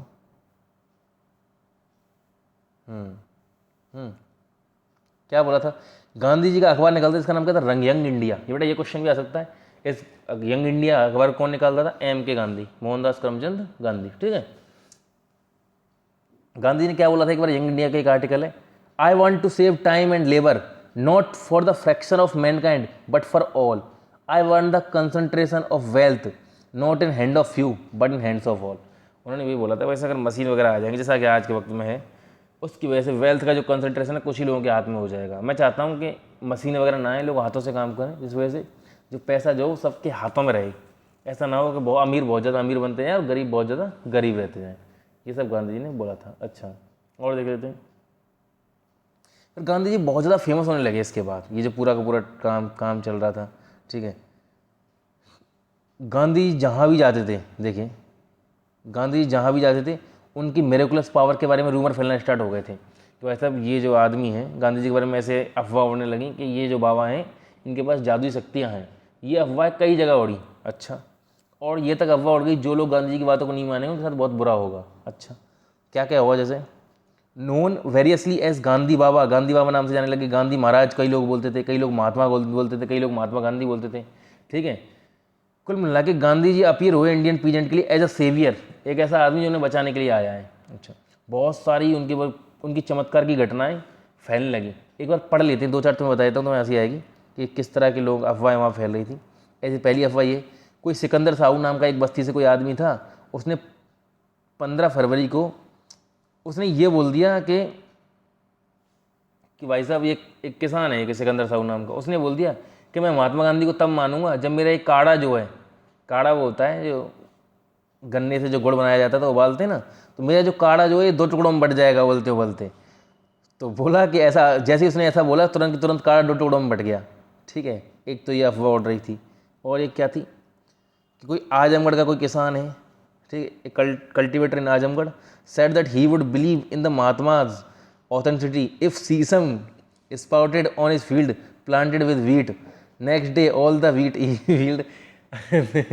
उसने ये कहा था कि मैं महात्मा गांधी की पावर को तब मानूंगा कि मैंने भाई साहब जो भी गेहूं का पेड़ लगाए वो सब शीशम में बदल जाएंगे। तो अगले दिन क्या देखा उसने, जितना भी गेहूं बोया था पूरे के पूरे शीशम के पेड़ बन गए थे वो। तो ये इस तरह की काफ़ी अफवाहें चल रही थी। अच्छा, ये अफवाह चल रही गांधी जी की पावर्स के बारे में। अब कुछ अफवाहें चल रही हैं कि जिन लोगों ने गांधी की बात नहीं मानी, जिन्होंने गांधी का मजाक उड़ाया, गांधी जी का जिन्होंने मजाक उड़ाया था, उनके साथ बहुत बुरा हुआ। जैसे एक जेंटलमैन था गोरखपुर से, उसने पूछा कि भाई चरखा क्यों चलाना चाहिए, उसके घर में आग लग गई। ठीक है, अच्छा ये देखिए, in April 2021 some people were gambling in the village of Uttar Pradesh. कुछ लोग जुआ खेल रहे थे किसी उत्तर प्रदेश के गांव में। किसी आदमी ने उनसे बोला कि नहीं मानेंगे वो। ठीक है, एक ने तो खैर, अब एक जो था उस ग्रुप में उसने मना कर दिया कि नहीं हम तो खेलेंगे जुआ। ठीक है, और गांधी जी को उसने एक आध गाली वाली दे दी। अगले दिन उसकी जो बकरी है उसको कुत्ते खा गए। ठीक है, तो ये इस तरह की काफ़ी अफवाह चल रही थी। बेसिकली आपने देख ली। अच्छा, ये सब किसने लिखा है? शाहिद अमीन, जिसने रिसर्च किया गांधी जी के बारे में। ठीक है, इसने एक बुक लिखी थी, क्या लिखी है? गांधी एज महात्मा। किसने लिखी है ये? सबाल्टर्न स्टडीज थर्ड, शाहिद अमीन ने। ठीक है, शाहिद अमीन वही जिसने उत्तर प्रदेश में गांधी जी की क्या इमेज चल रही थी उसके बारे में काफ़ी रिसर्च वगैरह की है। अच्छा, तो ये आपके समझ में आ रहा है। अच्छा जी, और जैसे देखते हैं फिर काफ़ी गांधी जी कुल मिला के फेमस हो गए, इतना हमारे समझ में आ गया। अच्छा, हुआ ये था कि फिर काफ़ी बढ़ने लगी कांग्रेस की जो नई ब्रांचें हैं, वो वेरियस पार्ट्स ऑफ इंडिया में खुल गई। अच्छा, एक नई तरह की सीरीज स्टार्ट हुई जिसको प्रजामंडल बोलते थे। किस लिए? नेशनलिज्म को नेशनलिज्म जो उसको प्रमोट करने के लिए प्रिंसली स्टेट में।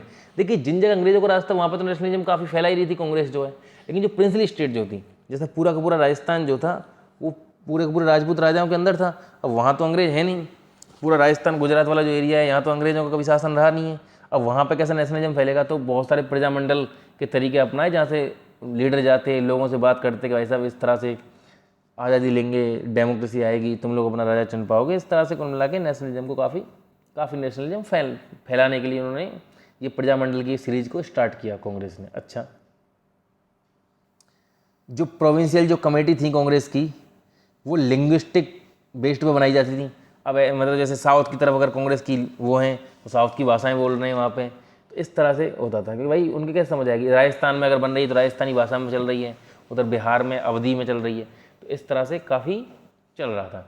और देखते हैं जैसे जो इस देश के जो फारदेस्ट जो कॉर्नर थे वहाँ तक भी नेशनलिज्म को फैला रहे थे कांग्रेस के जो लीडर जो थे। अच्छा, तो कुल मिला के देखो, बताता हूँ, अब तक जो कांग्रेस के जो सपोर्टर थे उनमें बहुत ही प्रॉस्परस बिजनेसमैन और इंडस्ट्रियलिस्ट भी आ चुके थे। क्यों आ चुके थे? कि वो ये बोलते थे भाई जैसे ही देश आज़ाद होगा तो जो ब्रिटिश जो कंपटीटर थे उनको, मतलब होता ये था कि जो इंडियन जो बिजनेसमैन थे जब वो बिजनेस करते थे और उसी उन्हीं के साथ में ब्रिटिश कंपटीटर भी होते थे, तो अंग्रेज कई मायनों में ब्रिटिश जो कंपटीटर थे उनका पक्ष लेते थे, उन्हें कई सारे टेंडर दे देते थे। तो इस वजह से उनका भी फ़ायदा था कांग्रेस को सपोर्ट करने में। जो इंडियन जो वो थे बिजनेसमैन, वो सोचते थे आज़ादी आ जाएगी तो ये सब जो ब्रिटिश कंपटीटर के लिए जो फेवर्स जो होंगे वो कम से कम एंड तो होंगे। ठीक है, तो यही है, in free India the favours enjoyed by British competitors would come to end. ठीक है, अब इन जो ये जो एंटरप्रेन्योर थे जो अमीर अमीर में थे, जैसे जीडी बिरला, जिनकी आज बिरला कंपनी है। ठीक है, तो जीडी बिरला थे, उन्होंने तो नेशनलिस्ट मूवमेंट को काफ़ी ओपनली सपोर्ट किया। ठीक है, और जो अदर जो थे उन्होंने काफ़ी छुप के किया। तो कुल मिला के बहुत सारे लोग सपोर्ट तो कर रहे थे। बिरला, जीडी बिरला जैसे लोग थे। अब बेटा इसको याद कर लीजिए, सीधे पूछ सकते हैं कि इनमें से कौन से उस वक्त के एंटरप्रेन्योर हैं जिन्होंने इंडियन नेशनलिस्ट मूवमेंट को ओपनली सपोर्ट किया। तो इसमें कौन है? जीडी बिरला। ठीक है, अच्छा, बिरला सॉरी, हाँ।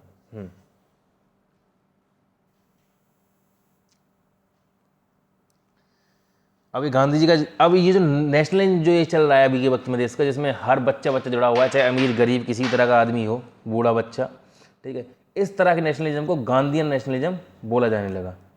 तो कोई आपसे पूछे इस तरह क्वेश्चन आ जाए गांधी नेशनलिज्म क्या है, ऐसा नेशनलिज्म जिसमें सब तरह के लोग उन्होंने जोड़ दिया। किस तरह जोड़ा, कि उन्हीं की तरह रहते थे, उन्हीं की तरह बात करते थे, काफ़ी कुछ था।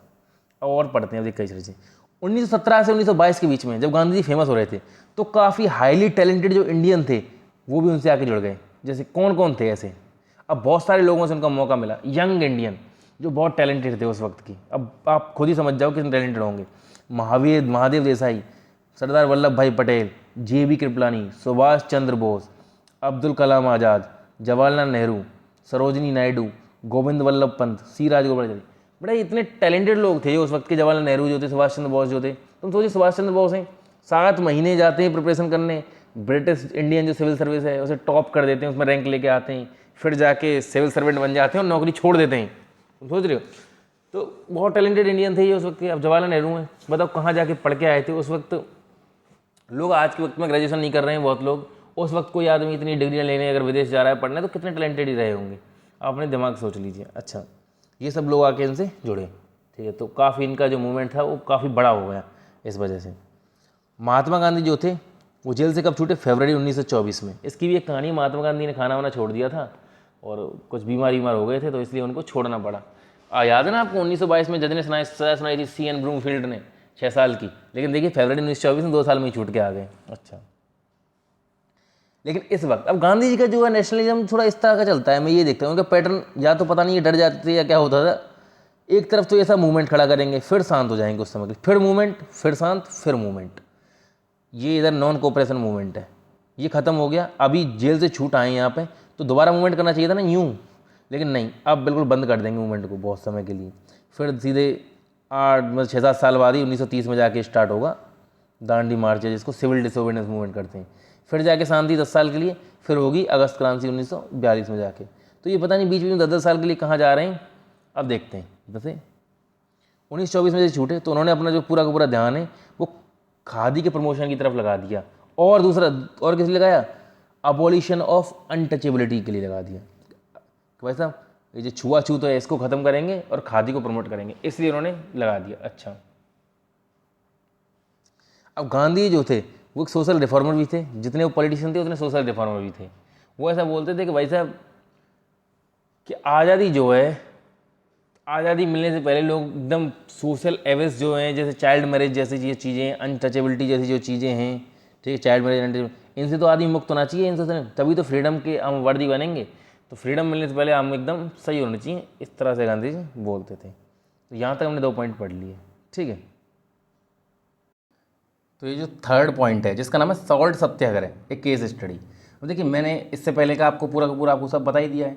इससे पहले क्या था, नॉन कोऑपरेशन मूवमेंट होता है, गांधी जी जेल चले जाते हैं, चोरा चोरी हो जाता है, बंद हो जाता है नॉन कोऑपरेशन जो मूवमेंट है। फिर गांधी जी सोशल रिफॉर्म पे आ जाते हैं, अबॉलिशन ऑफ अनटचेबिलिटी, खादी के प्रमोशन पे। गांधी जी का जो करियर ग्राफ मैंने आपको बताया यूं यूं यूं यूं चलता है, एक तरफ आंदोलन करेंगे फिर शांत हो जाएंगे, फिर आंदोलन, फिर शांत, फिर आंदोलन।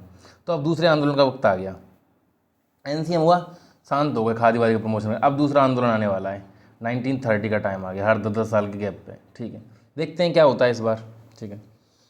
1928 में महात्मा गांधी दोबारा सोचते हैं पॉलिटिक्स में एंटर होने का, ठीक है। दोबारा कैसे, अब इस बार एक ऑल इंडिया कैंपेन चलाते हैं, किसके अगेंस्ट में, ऑल वाइट साइमन कमीशन के अंडर। साइमन कमीशन एक कमीशन था, जैसे आज के वक्त में सरकार कमीशन गठन करती है, कमीशन का गठन करती है, उसी तरह ब्रिटेन से एक कमीशन गठन करके इंडिया भेजा जा रहा था। किस लिए, कि जो यहाँ के जो ब्रिटिश ऑफिसर्स हैं उनकी फंक्शनिंग चेक करने के लिए, यहाँ गवर्नमेंट किस तरह से काम कर रही है, ब्रिटिश जो सरकार है वो किस तरह से इंडिया में कर रही है, उसको चेक करने के लिए। तो इसके अपोज इसलिए हो रहा था क्योंकि ऑल वाइट साइमन कमीशन थी। ऑल वाइट का मतलब इसमें सब के सब गोरे थे। अब भाई गोरे लोग तो गोरों की तारीफ ही करेंगे, इस वजह से इसका हो रहा था विरोध कि भाई साहब इसमें इंडियन तो होने चाहिए, तभी तो अच्छे से पता चलेगा, तभी तो अच्छे से उनका एनालिसिस कर पाएंगे, वो क्रिटिकल एनालिसिस। अब ये तो उनके पक्ष में ही बात कर सकते हैं, इसके खिलाफ चल रहा था भाई साहब विरोध, ठीक है। Gandhi ji did not himself, Gandhi ji ने खुद तो इसमें पार्टिसिपेट नहीं किया, जो साइमन कमीशन के जो विरोध था जो था, ठीक है, क्योंकि इस साल उन्होंने एक पीजेंट सत्याग्रह किया था, कहाँ पे, बारदोली में, सेम ईयर में 1928 में ये सब हो रहा था। 1928 में ये मूवमेंट चल रहा था साइमन कमीशन के अगेंस्ट, गांधी जी ने इसमें पार्टिसिपेट नहीं किया था। बड़ा हर स्टेटमेंट एक क्वेश्चन है अपने आप में। गांधी जी ने इसमें पार्टिसिपेट नहीं किया क्योंकि उसी साल 1928 में कौन सत्याग्रह चल रहा था? बारडोली सत्याग्रह। समझ रहे हो बात को? कौन सत्याग्रह? बारडोली सत्याग्रह बेटा, ठीक है। अच्छा, फिर वही हर साल के एंड की तरह दिसंबर 1929 में कांग्रेस का एनुअल सेशन हुआ। कहाँ पे? लाहौर में। ये सेशन बहुत ही इंपॉर्टेंट है। कैसे? ये लाहौर में इस सेशन के बारे में दो चीज़ें बहुत इंपॉर्टेंट है। क्या? पहला तो जवाहरलाल जो नेहरू थे उनका प्रेसिडेंट के रूप में इलेक्शन हो गया, ठीक है। क्योंकि भाई साहब अब ऐसा सोच रहे थे कि जो कांग्रेस का जो बैटन है लीडरशिप का, उसे यंगर जनरेशन को सौंप दी जाए। भाई नेहरू तो उस वक्त बहुत यंग थे 1929 में, तो नेहरू जी को ये सौंप दिया, ठीक है। और दूसरा क्या था? Proclamation of the commitment of पूर्ण स्वराज। पहली बार कांग्रेस ने पूर्ण स्वराज के बारे में सोचा दिसंबर 1929 वाले कांग्रेस के सेशन में, लाहौर में सेशन हुआ था। अच्छा, इसी वजह से दिसंबर में 1929 चल रहा है, 1929 का एंड चल रहा है, पूर्ण स्वराज के बारे में सोचा भाई पूर्ण स्वराज को डिक्लेयर किस तरह से करें। सोचा कि 26 जनवरी, जो अगले दिन की जो 26 जनवरी आने वाली थी अगले साल की 1930 वाली, कुछ समय के बाद अगले ही महीने, उसमें इन्होंने सोचा कि हम इंडिपेंडेंस डे मनाएंगे अपना।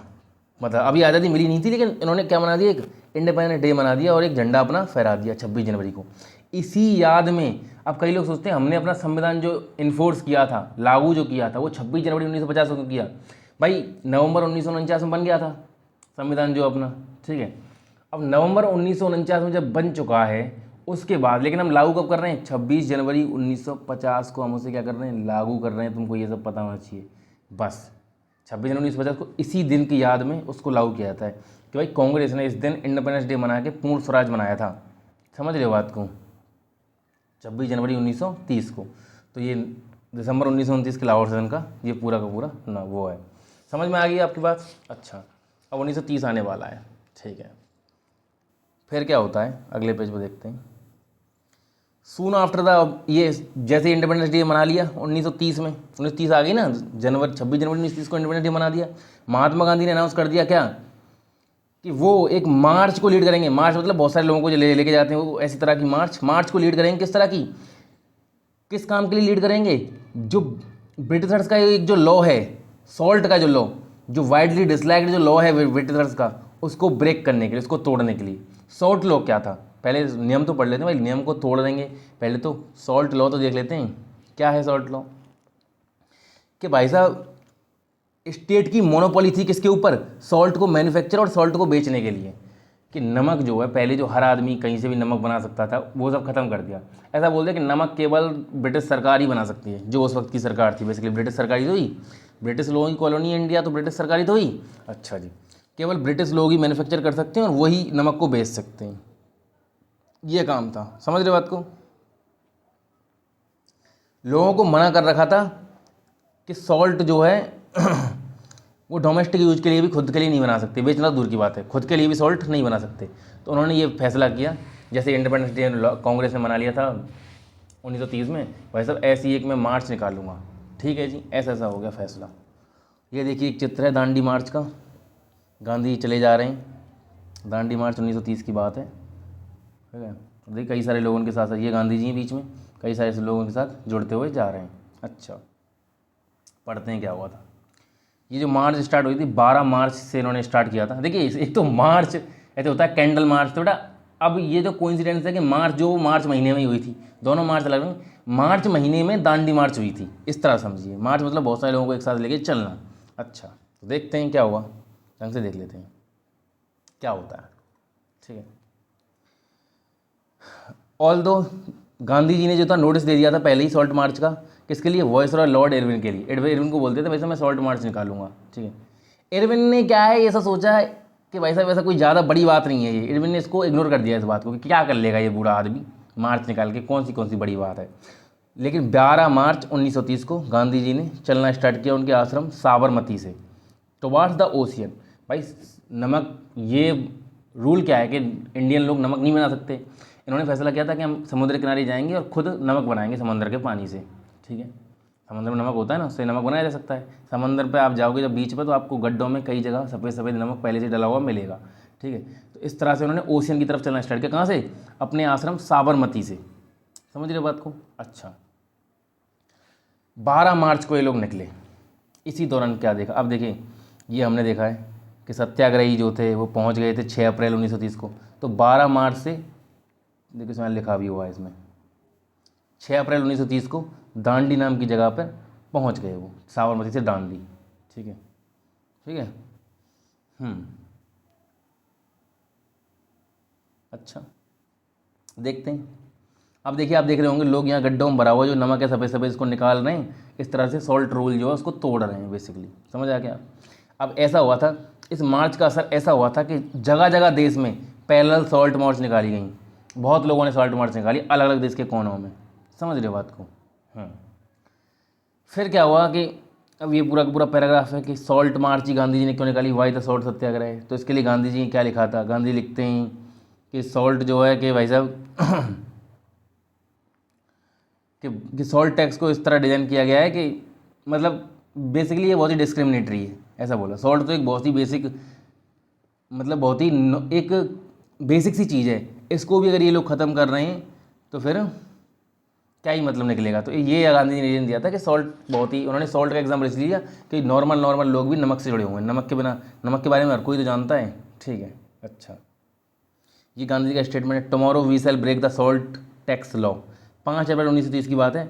महात्मा गांधी दांडी में बोले थे, एक रिपोर्टर वगैरह ढोलते थे खूब, रिपोर्टिंग करते हुए, फ़ोटो खींचते हुए सॉल्ट मार्च के दौरान। क्योंकि मार्च अंग्रेज़ों ने तो ये सोचा एडविन ने कि भाई क्या ही कर लेगा, और इतना बूढ़ा आदमी कहाँ पहुँच पाएगा इतना दूर तक। समझ रहे हो तुम बात को? अच्छा, लेकिन हुआ ऐसा, गांधी जी भाई साहब चले ही चले गए, चले ही चले गए। बहुत सारे लोग उनके साथ जुड़ते ही चले गए, जुड़ते चले, जिस जिस गाँव से होकर निकल रहे लोग जुड़ते ही जा रहे। इतनी बड़ी हो गई थी मार्च, फिर पहुँच गए लास्ट में जाके, गवर्नमेंट भी देखती रह गई। ठीक है, ठीक है। और क्या है, फिर गांधी जी ने एक लाइन और बोली थी कि जो गवर्नमेंट जो है उसको कॉन्ग्रेचुलेट करना चाहिए। Government deserve to be congratulated on not arresting us. भाई गवर्नमेंट ने इनको अरेस्ट नहीं किया था ये सोच के कि क्या ही कर लेगा, even if it desisted only from fear of world opinion. ठीक है, और देखते हैं। अब देखिए यहाँ से देखते हैं। Now too Gandhi's call has encouraged Indians of all class to make manifest then own discontent with colonial rule। ये देखिए हुआ क्या था, जिस तरह से 1920-22 में सब तरह के लोगों को गांधी जी ने जोड़ दिया था, इस तरह से ही गांधी जी ने इस बार भी सभी तरह के जो इंडियंस थे और क्लास ऑफ इंडियन, उनको इस तरह से कॉलोनियल जो रूल था उसके खिलाफ अपने साथ में जोड़ लिया था। ठीक है, इस साल्ट मार्च की वजह से नियरली 60,000 इंडियंस को अरेस्ट किया गया, जिनमें खुद गांधी जी भी थे। बेटा गांधी जी को याद हो तो आपसे पूछा है, एनसीएम के दौरान भी अरेस्ट किया जा रहा है, इस वक्त भी अरेस्ट किया गया है दांडी मार्च के दौरान। अच्छा, क्या होता है देखते हैं।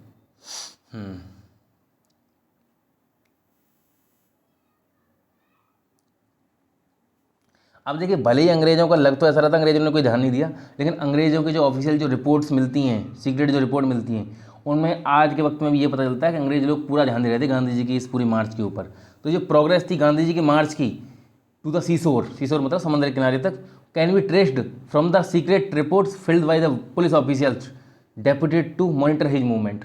समझ गए बात को? जो पुलिस वालों ने जो उनके खिलाफ जो लगाए गए थे उनकी इस पूरी मार्च को ऑब्जर्व करने के लिए, कुल मिला के समझ रहे बात को, मतलब उसके बारे में अंग्रेज अच्छी तरह से उस मूवमेंट पर नज़र रख रहे थे। ठीक है, अब ये जो प्रोग्रेस है सॉल्ट मार्च की, ये अमेरिकन न्यूज़ मैगजीन जिसका नाम था टाइम, जो times of India, times of her जगह के टाइम खुला हुआ है, वो अमेरिकन न्यूज़ मैगजीन है। टाइम्स ऑफ ये जो टाइम जो मैगजीन थी, इसने भी काफ़ी अच्छे से इसको कवर किया था। समझ रहे हो बात को? अच्छा, तो देखिए तो पहली तो ये थी कि पहले तो टाइम वालों ने पहले खुद यही लिखा था कि गांधी जी को वही सोच रहे थे कि ये आदमी कहाँ इतना बूढ़ा है, इतना दूर कहाँ चल के पहुँच पाएगा। अब देखिए इसके बारे में भी आपको बताता हूँ। पहले तो ये देख लीजिए आप, गांधी जी जेल में बंद हो गए थे, आपको पता है। फिर गांधी जी, महात्मा गांधी जो थे 1931 को, जनवरी 1931 को उस प्रिजन से मतलब जब छूटे थे, तो कांग्रेस के लीडर जो थे उनको इलाहाबाद में मिले थे फ्यूचर प्लान्स के लिए। इस फोटो में आप देख सकते हो जवाहरलाल नेहरू हैं, जमनालाल बजाज हैं, सुभाष चंद्र बोस हैं, देखिए इसमें कई सारे लोग बैठे हुए हैं। ठीक है, जवाहरलाल नेहरू ये रहे, जमनालाल बजाज दिख रहे हैं आपको, ठीक है, सुभाष चंद्र बोस दिख रहे होंगे आपको फ्रंट में बैठे हुए। अच्छा, महादेव देसाई हैं, सरदार वल्लभ भाई पटेल हैं, ये रहे। ठीक, काफ़ी सारे लोग, गांधी जी तो खुद आपको दिख ही गए होंगे। ये गांधी जी के जेल से छूटने की बात है, जेल में बंद कर दिया था ना उनको। अच्छा, और देखते हैं जैसे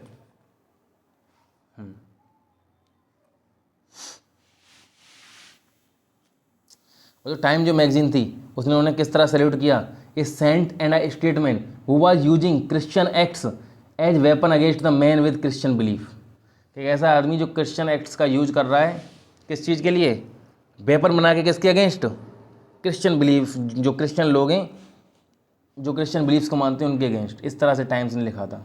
अच्छा जी, और ऐसे कई सारी चीज़ें हैं आपको बताता हूँ, बहुत सारी ये सॉल्ट मार्च से जुड़ी हुई जितनी चीज़ें इंपॉर्टेंट मैं सबको आपको बता ही दे रहा हूँ। आपको पता है ना 12 मार्च 1930 को चलते हैं, 6 अप्रैल को पहुंच जाते हैं। क्या क्या हुआ था साथ में, कई लोग अरेस्ट हुए थे, गांधी जी खुद अरेस्ट हुए थे, जनवरी 1931 में छूटे थे, कुल मिला के वो 8-9 महीने रहने के बाद जेल में। ठीक है, डायलॉग्स देख लेते हैं क्या है, मतलब डायलॉग्स वाला जो सेक्शन है देखते हैं।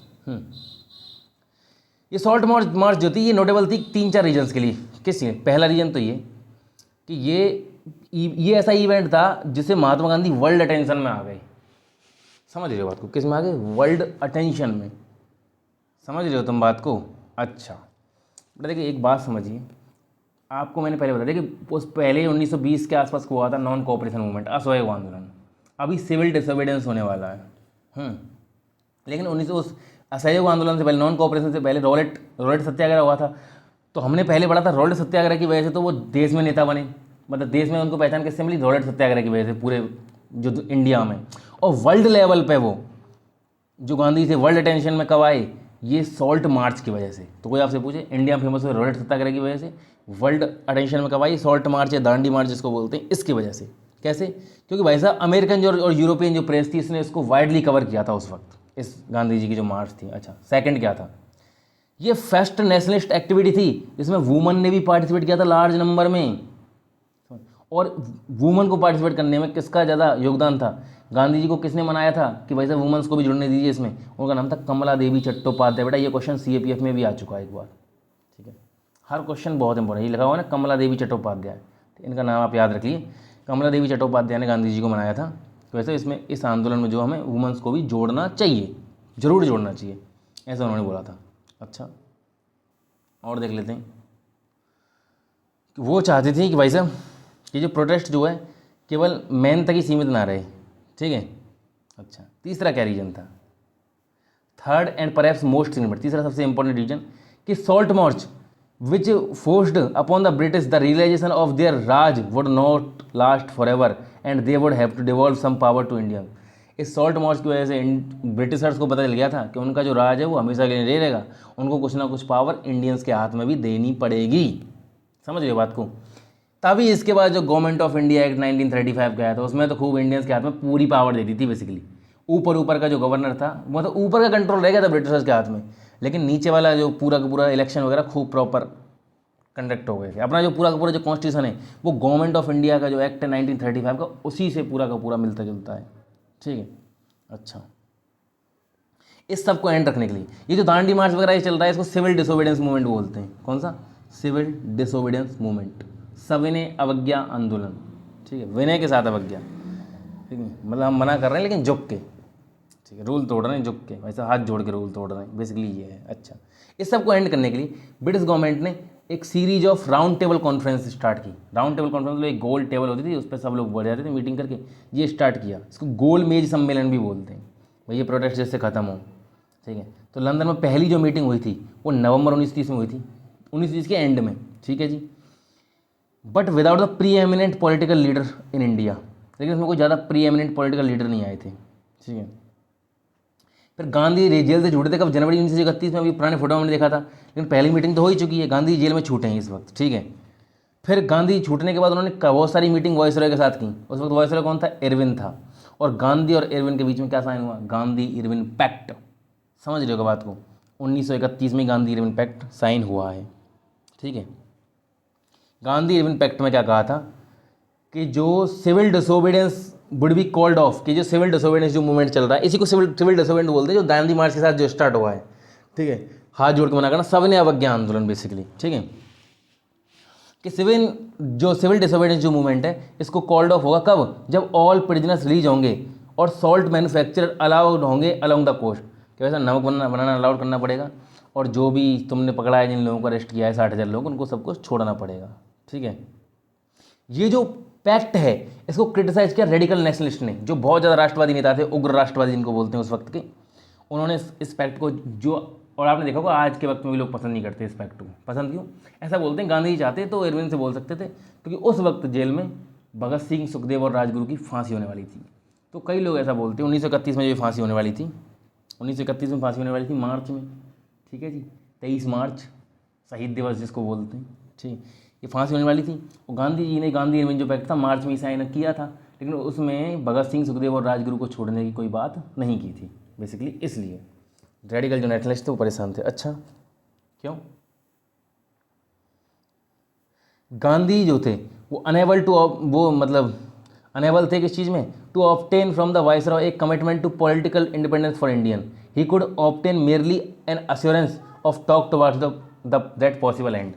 गांधी जी देखिए कोई पॉलिटिकल इंडिपेंडेंस तो नहीं ले पाए, वैसे कोई आज़ादी वगैरह की बात तो इस सब में नहीं कर पाए गांधी इम्पैक्ट में। बेसिकली यही था कि सभी प्रिजनर्स को छोड़ दो, उनके अलावा भगत सिंह, सुखदेव, राजगुरु के अलावा उनको तो बात नहीं की। अब फिर एनसीईआरटी में नहीं लिखा हुआ इसके बारे में, मैं आपको बता रहा हूँ, लेकिन है ना। और दूसरा उन्होंने यही कहा कि वैसा जो सॉल्ट जो मैन्युफैक्चर है ना उनको अलाउ कर बेटा। हर लाइन अपने आप में एक स्टेटमेंट है जो यूपीएससी आराम से पूछ सकता है आपसे, इसलिए हर चीज़ को याद रखिए। अब भाई साहब, और ये गांधी इम्पैक्ट क्यों हुआ है? इरविन ने मनाया गांधी जी को, भाई साहब पहली राउंड टेबल कॉन्फ्रेंस के दौरान तुम थे नहीं, जेल में थे, अब आ गए हो, अब आना, क्योंकि पहली जो राउंड टेबल कॉन्फ्रेंस जो गोलमेज सम्मेलन हुआ था लंदन में, उसको सभी लोगों ने बॉयकॉट कर दिया था, कांग्रेस तो उसमें गई नहीं थी, लेकिन अब दूसरे वाले के लिए इरविन ने बनाया था, तो उसी को गांधी इरविन पैक्ट बोलते हैं। उन्होंने बोला था भाई सिविल डिसोबीडियंस को ख़त्म करो और वहाँ पे आओ, मूवमेंट एंड करो और गोलमेज सम्मेलन जो है राउंड टेबल कॉन्फ्रेंस में आओ। अच्छा, अब देखिए सेकंड राउंड टेबल कॉन्फ्रेंस हो रही है लंदन में, जो बाद का जो पार्ट है 1931 का, उसमें गांधी जी कांग्रेस की तरफ से आए हैं, गांधी रिप्रेजेंट द कांग्रेस, ठीक है। और क्या है his claims that his party represent the all of India came under challenge from the 3 parties. Gandhi ji बोला कि वैसा मैं तो पूरी इंडिया की तरफ से आया हूँ, कि हमारी जो पार्टी है कांग्रेस पूरी इंडिया को रिप्रेजेंट करती है। इसके खिलाफ भी कई लोग थे इस स्टेटमेंट के, कि नहीं तुम्हारी पार्टी पूरे इंडिया को रिप्रेजेंट नहीं करती। क्यों? अब 3 लोग इनके खिलाफ थे। पहली तो मुस्लिम लीग जो बोलती थी कि भाई साहब कि हम लोग हैं जो मुस्लिम माइनॉरिटी के लिए हैं। दूसरे थे प्रिंस कि भाई साहब तुम्हारी जो कांग्रेस का हमारे उसमें कोई स्टेक नहीं है। पहली बात तो ये कि तुम्हारी जो कांग्रेस है उसका हमारी टेरिटरी जो है, जो प्रिंस थे राजस्थान, गुजरात वाले और कई जो राजा थे जो इंडिपेंडेंट थे उस वक्त भी, उन्होंने बोला कि भाई साहब मतलब ऐसा था राजस्थान वगैरह, वहाँ ब्रिटिश राज ऐसे नहीं था, वहाँ एकदम ऊपर से उन्होंने बात कर ली थी, यहाँ पे सब फंक्शनिंग राजाओं के अकॉर्डिंग होती थी, बाकी जगह थी वो तो ब्रिटिशर्स के कंट्रोल में अच्छे से थी।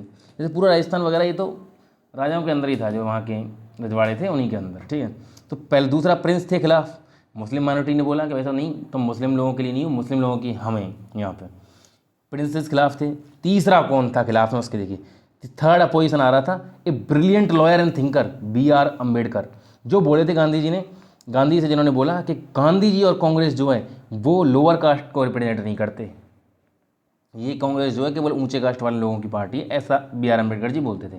तो 3 लोग गांधी जी के खिलाफ थे, समझ रहे बात को? अच्छा, ये कॉन्फ्रेंस जो लंदन में हुई थी सेकंड वाली, ये काफ़ी इनकन्क्लूसिव थी, कोई रिजल्ट नहीं आया इसका, कोई कंक्लूजन पर नहीं पहुंची। अच्छा क्यों? गांधी जी लौटे इंडिया में और उन्होंने रिज्यूम कर दिया सिविल डिसोबीडियंस को, ठीक है। सिविल डिसोबीडियंस को उन्होंने वो कर दिया। भाई साहब गांधी जी भी कोई वो नहीं हुए थे। अब बताता हूँ कि इसमें क्या नहीं हुआ था, मतलब दिक्कत क्या हो गई थी। सेकंड राउंड टेबल जो कॉन्फ्रेंस है इसका कोई फैसला क्यों नहीं निकला? 2 राउंड टेबल जो कॉन्फ्रेंस है इनमें से इसका फैसला क्यों नहीं निकला था, इसके बारे में आपको मैं बताऊँगा अभी आगे। देखते हैं क्या बात थी आगे, उसके बारे में बात करेंगे। देखिए गांधी जी जब कोई फैसला नहीं निकला, गांधी जी इंडिया लौटे, सिविल डिसोबीडियंस जो मूवमेंट है उसको शुरू कर दिया। नया जो वायसरॉय था इरविन चला गया, उसके बाद कौन आया? वेलिंगटन। बड़ा ये लाइन से आप तो याद कर लीजिए जितने वायसरॉय आज़ादी तक जितने आने वाले हैं। इरविन था 1930 के दौरान, पूरे सॉल्ट मार्च के दौरान इरविन चल रहा है उस वक्त, ठीक है। इसके बाद कौन सा आ रहा है? वेलिंगटन आ जाता है 1931 में एंड के टाइम पर, ठीक है। जो नया वायसरॉय जो था लॉर्ड वेलिंगटन, ये काफ़ी अनसिम्पैथेटिक था इंडियन लीडर्स के लिए। अनसिम्पैथेटिक का मतलब क्या है, ठीक है। उसने तो भाई साहब सिंपल वो जो इंडियन लीडर थे उनको बिल्कुल पसंद नहीं करता था वेलिंगटन जो है, ये बात है। कैसे हमको पता चला? उसने अपनी एक बहन को एक लेटर लिखा था जिसमें उसने लिखा था कि दुनिया बहुत सुंदर होती है अगर इसमें गांधी जैसे लोग नहीं होते। अच्छा, तो इसी बात से आप समझ सकते हो गांधी जी को बिल्कुल पसंद नहीं करता था, ठीक है। अब देखिए इस फोटो को देखिए, अब मैं आपको बताता हूँ कि क्यों, क्या दिक्कत क्या हुई थी अम्बेडकर और महात्मा गांधी जी के बीच में। जो BR अम्बेडकर जो थे और महात्मा गांधी जो थे उनके बीच में दिक्कत ऐसी क्या हो गई थी भाई साहब, जिसकी वजह से जो सेकंड राउंड टेबल जो कॉन्फ्रेंस थी उसका कोई रिजल्ट नहीं निकला। देखते हैं सेकंड राउंड टेबल कॉन्फ्रेंस हो रही है नवंबर 31 में। महात्मा गांधी जी, अब देखिए एक डिमांड रही थी separate electorate for the lower caste. Separate electorate क्या होता है? सेपरेट इलेक्टोरेट का मतलब जैसे मॉर्ले मिंटो रिफॉर्म आए थे, ठीक है, 1909 में, उन्होंने सेपरेट इलेक्टोरेट किसके लिए दे दिए? मुस्लिम्स के लिए दे दिए। तब से मुस्लिम के लिए सेपरेट इलेक्टोरेट स्टैंडर्ड हो गए। सेपरेट इलेक्टोरेट का मतलब क्या होता है बेटा? कि आदमी मतलब मुस्लिम जो कैंडिडेट है खड़ा हुआ है उसको मुस्लिम लोग ही वोट कर सकते हैं। इस तरह से वो जीत ही जाएगा। और जीतने की क्या बात है, इस तरह से कम्युनिज्म कितना बढ़ता है, इससे कम्युनल डिवाइड कितना बढ़ता है कंट्री में। दो रिलीजन जो हैं इस तरह से कि अपने अपने लोगों को वोट दे रहे हैं, इस तरह की हरकतें सही थोड़ी लगती हैं। तो गांधी जी तो भाई साहब इसके बहुत खिलाफ थे। अब अम्बेडकर ने क्या स्टार्ट कर दिया था नया सिस्टम कि लोअर जो कास्ट हैं, जो लोअर कास्ट जिनको तथाकथित रूप से छोड़ी जातियाँ बोलते हैं, उनके लिए सेपरेट इलेक्टोरेट की व्यवस्था कि लोअर कास्ट से कोई खड़ा होगा उसको लोअर कास्ट के लोग ही वोट करेंगे। एक तो गांधी जी पहले ही परेशान, 1909 में वो मिंटो आके वो सेपरेट इलेक्टोरेट मुस्लिम के लिए स्टार्ट कर गया है। इसीलिए मिंटो को फादर ऑफ इंडियन कम्युनिज्म भी बोलते हैं, कम्युनलिज्म, कि भारतीय जो संप्रदायवाद जो है उसका पिता किसको बोलते हैं? Lord Minto second. 1909 के रिफॉर्म की वजह से, उसकी वजह से यहाँ पे ये कम्युनल डिवाइड, तभी से ये लड़ाई स्टार्ट हुई है हिंदू मुस्लिम की इंडिया में भयंकर लेवल वाली। अच्छा, अब देखिए ऐसे ही अम्बेडकर स्टार्ट कर रहे थे कि जो लोअर कास्ट है उनके लिए सेपरेट इलेक्टोरेट चाहिए था अम्बेडकर को। गांधी जी कह रहे थे नहीं ऐसा नहीं होगा। उन्होंने कहा था कि इसकी वजह से, सेपरेट इलेक्टोरेट की वजह से, कि जो लोअर कास्ट है उनका कभी इंटीग्रेशन नहीं हो पाएगा बाकी लोगों के साथ, वो हमेशा लोअर बन के ही रह जाएंगी और परमानेंटली सेग्रेट हो जाएंगी किससे? अदर हिंदू कास्ट से। भाई अगर इस तरह से उनके हो गए फिर तो इस तरह से उनके डिवाइड बढ़ते ही जाएंगी। ठीक है, अब देखते हैं दोनों ने क्या क्या राय दी थी। ठीक, गांधी जी ने क्या बोला था? The problem with separate electorate. Gandhi ji ने क्या क्या बोला था? प्रॉब्लम क्या है, दिक्कत? गांधी जी बोला था सेपरेट इलेक्टोरेट अगर अनटचेबल से अछूतों को दे दी जाएगी तो इसमें क्या होगा ये एक तरह का बॉन्ड हो जाएगा परपेचुटी में, कि जिस तरह की कंडीशन वो रह रहे हैं इतनी वीकर कंडीशन में, इसी में रहने के लिए मजबूर हो जाएंगे हमेशा के लिए। अच्छा, जैसे क्या तुम अनटचेबल जो लोग हैं उनको हमेशा अनटचेबल रहना चाहते हो? ऐसा गांधी जी ने बोला। ये गांधी जी के शब्द हैं कि भाई तुम क्या चाहते हो कि जो अछूत लोग हैं हमेशा अछूत ही रहें? ठीक है, सेपरेट जो इलेक्टोरेट हैं उनकी वजह से तो भाई यही जो स्टिग्मा है यही परपेचुएट होगा। देख लो ऐसे ही रहना होगा। अच्छा, जरूरत किस चीज़ की है? कि डिस्ट्रक्शन ऑफ अनटचेबिलिटी। भाई छुआछूत को खत्म करने की जरूरत है, छुआछूत को बढ़ाओ मत ऐसे कामों करके। ऐसे गांधी जी ऐसी बातें बोल रहे थे। अच्छा, और क्या बोला गांधी जी ने? कुल मिला के इस तरह से बोला, and when you have done it the bar sister which has been imposed. देखिए एक सेकेंड क्या लिखा हुआ है, and when you have done it the ancestors which have been imposed by insolent superior class upon an inferior class will be destroyed. When you have destroyed the bar sister to whom will you give the separate electorate? सही सी बात है। ठीक है, basically ये कहा है कि separate electorate देगा तो इससे कोई लोअर कास्ट का कोई भला नहीं होने वाला, इससे वो हमेशा के लिए कट और जाएंगे सोसाइटी से, फिर वो हमेशा के लिए लोअर कास्ट बन के ही रह जाएंगे। क्या तुमको इसको ख़त्म नहीं करना क्या? अच्छा, अभी अम्बेडकर जी क्या बोलते हैं अपनी तरफ से? ब्रिलियंट लॉयर थे, तो एक लॉयर आदमी तो हमेशा तैयार रखता है। अच्छा, उन्होंने बोला था कि इस देश में एक क्लास है जो अनडाउटेडली इस पोजीशन में नहीं है कि अपने को इस स्ट्रगल में सस्टेन कर सके, उनका एग्जिस्टेंस बहुत खतरे में आ गया है। अच्छा, क्यों? कि एक रिलीजन जिससे वो बंधे हुए हैं, उस रिलीजन ने उनको एक सम्मान की व्यवस्था तो प्रदान की नहीं है। जैसे वो हिंदुज़म से बड़े हुए जितने भी दलित वगैरह कास्ट हैं वो हिंदू ही तो हैं, जबकि उनको एक तरह से एक नीचा बना के और इस तरह से रखा हुआ बेसिकली वो बोल रहे थे। और इकोनॉमिकली वो बहुत पीछे हैं, और हाई कास्ट के जो हिंदू हैं वो मतलब वो पूरी तरह डिपेंडेंट है किसके ऊपर? हाई कास्ट के हिंदूज पर। क्या, किस चीज़ के लिए? अपनी डेली ब्रेड को अर्न करने के लिए, उनके लिए काम करते हैं हमेशा। तो इस तरह से उन्होंने काफ़ी चीज़ दी थी कि अगर सेपरेट इलेक्टोरेट होगा तो कम से कम काफ़ी उनका भला कुछ हो जाएगा। इस तरह की मैं बहस हुई थी, इसके लिए कोई फैसले पर नहीं आ पाई थी सेकंड राउंड टेबल जो कॉन्फ्रेंस थी। आप मेरे ख्याल समझ में आ गई ना आपकी बात कि सेपरेट इलेक्टोरेट किस तरह से वो अम्बेडकर जी चाहते थे और गांधी जी इसका अपोज कर रहे थे, अपोजिशन में थे इसके। ठीक है, अच्छा, अब देखते हैं 1935 में क्या हो रहा है। देखते हैं 1935 में क्या होता है भाई साहब। देखिए 1935 आया, new government of India act आ गया। मैंने कहा ना, अब तो भाई साहब प्रॉमिस्ड कर दिया कि मतलब इस new government of India act में कि एक तरह की रिप्रेजेंटेटिव गवर्नमेंट आ गई। रिप्रेजेंटेटिव मतलब बहुत सारे, कुल मिला के हर लेवल पर चुनाव होने लग गए, पूरी व्यवस्था हो चुकी है बहुत अच्छे से। आधा मतलब आधी से आधी तो मिल चुकी है, बस ऊपर वाला जो आदमी है वो वॉइसरॉय के अंदर रहेगा। कैसे? 2 ईयर्स लेटर इलेक्शन होते हैं रेस्ट्रिक्टेड फ्रेंचाइज के ऊपर। ठीक है, देखते हैं क्या होता है।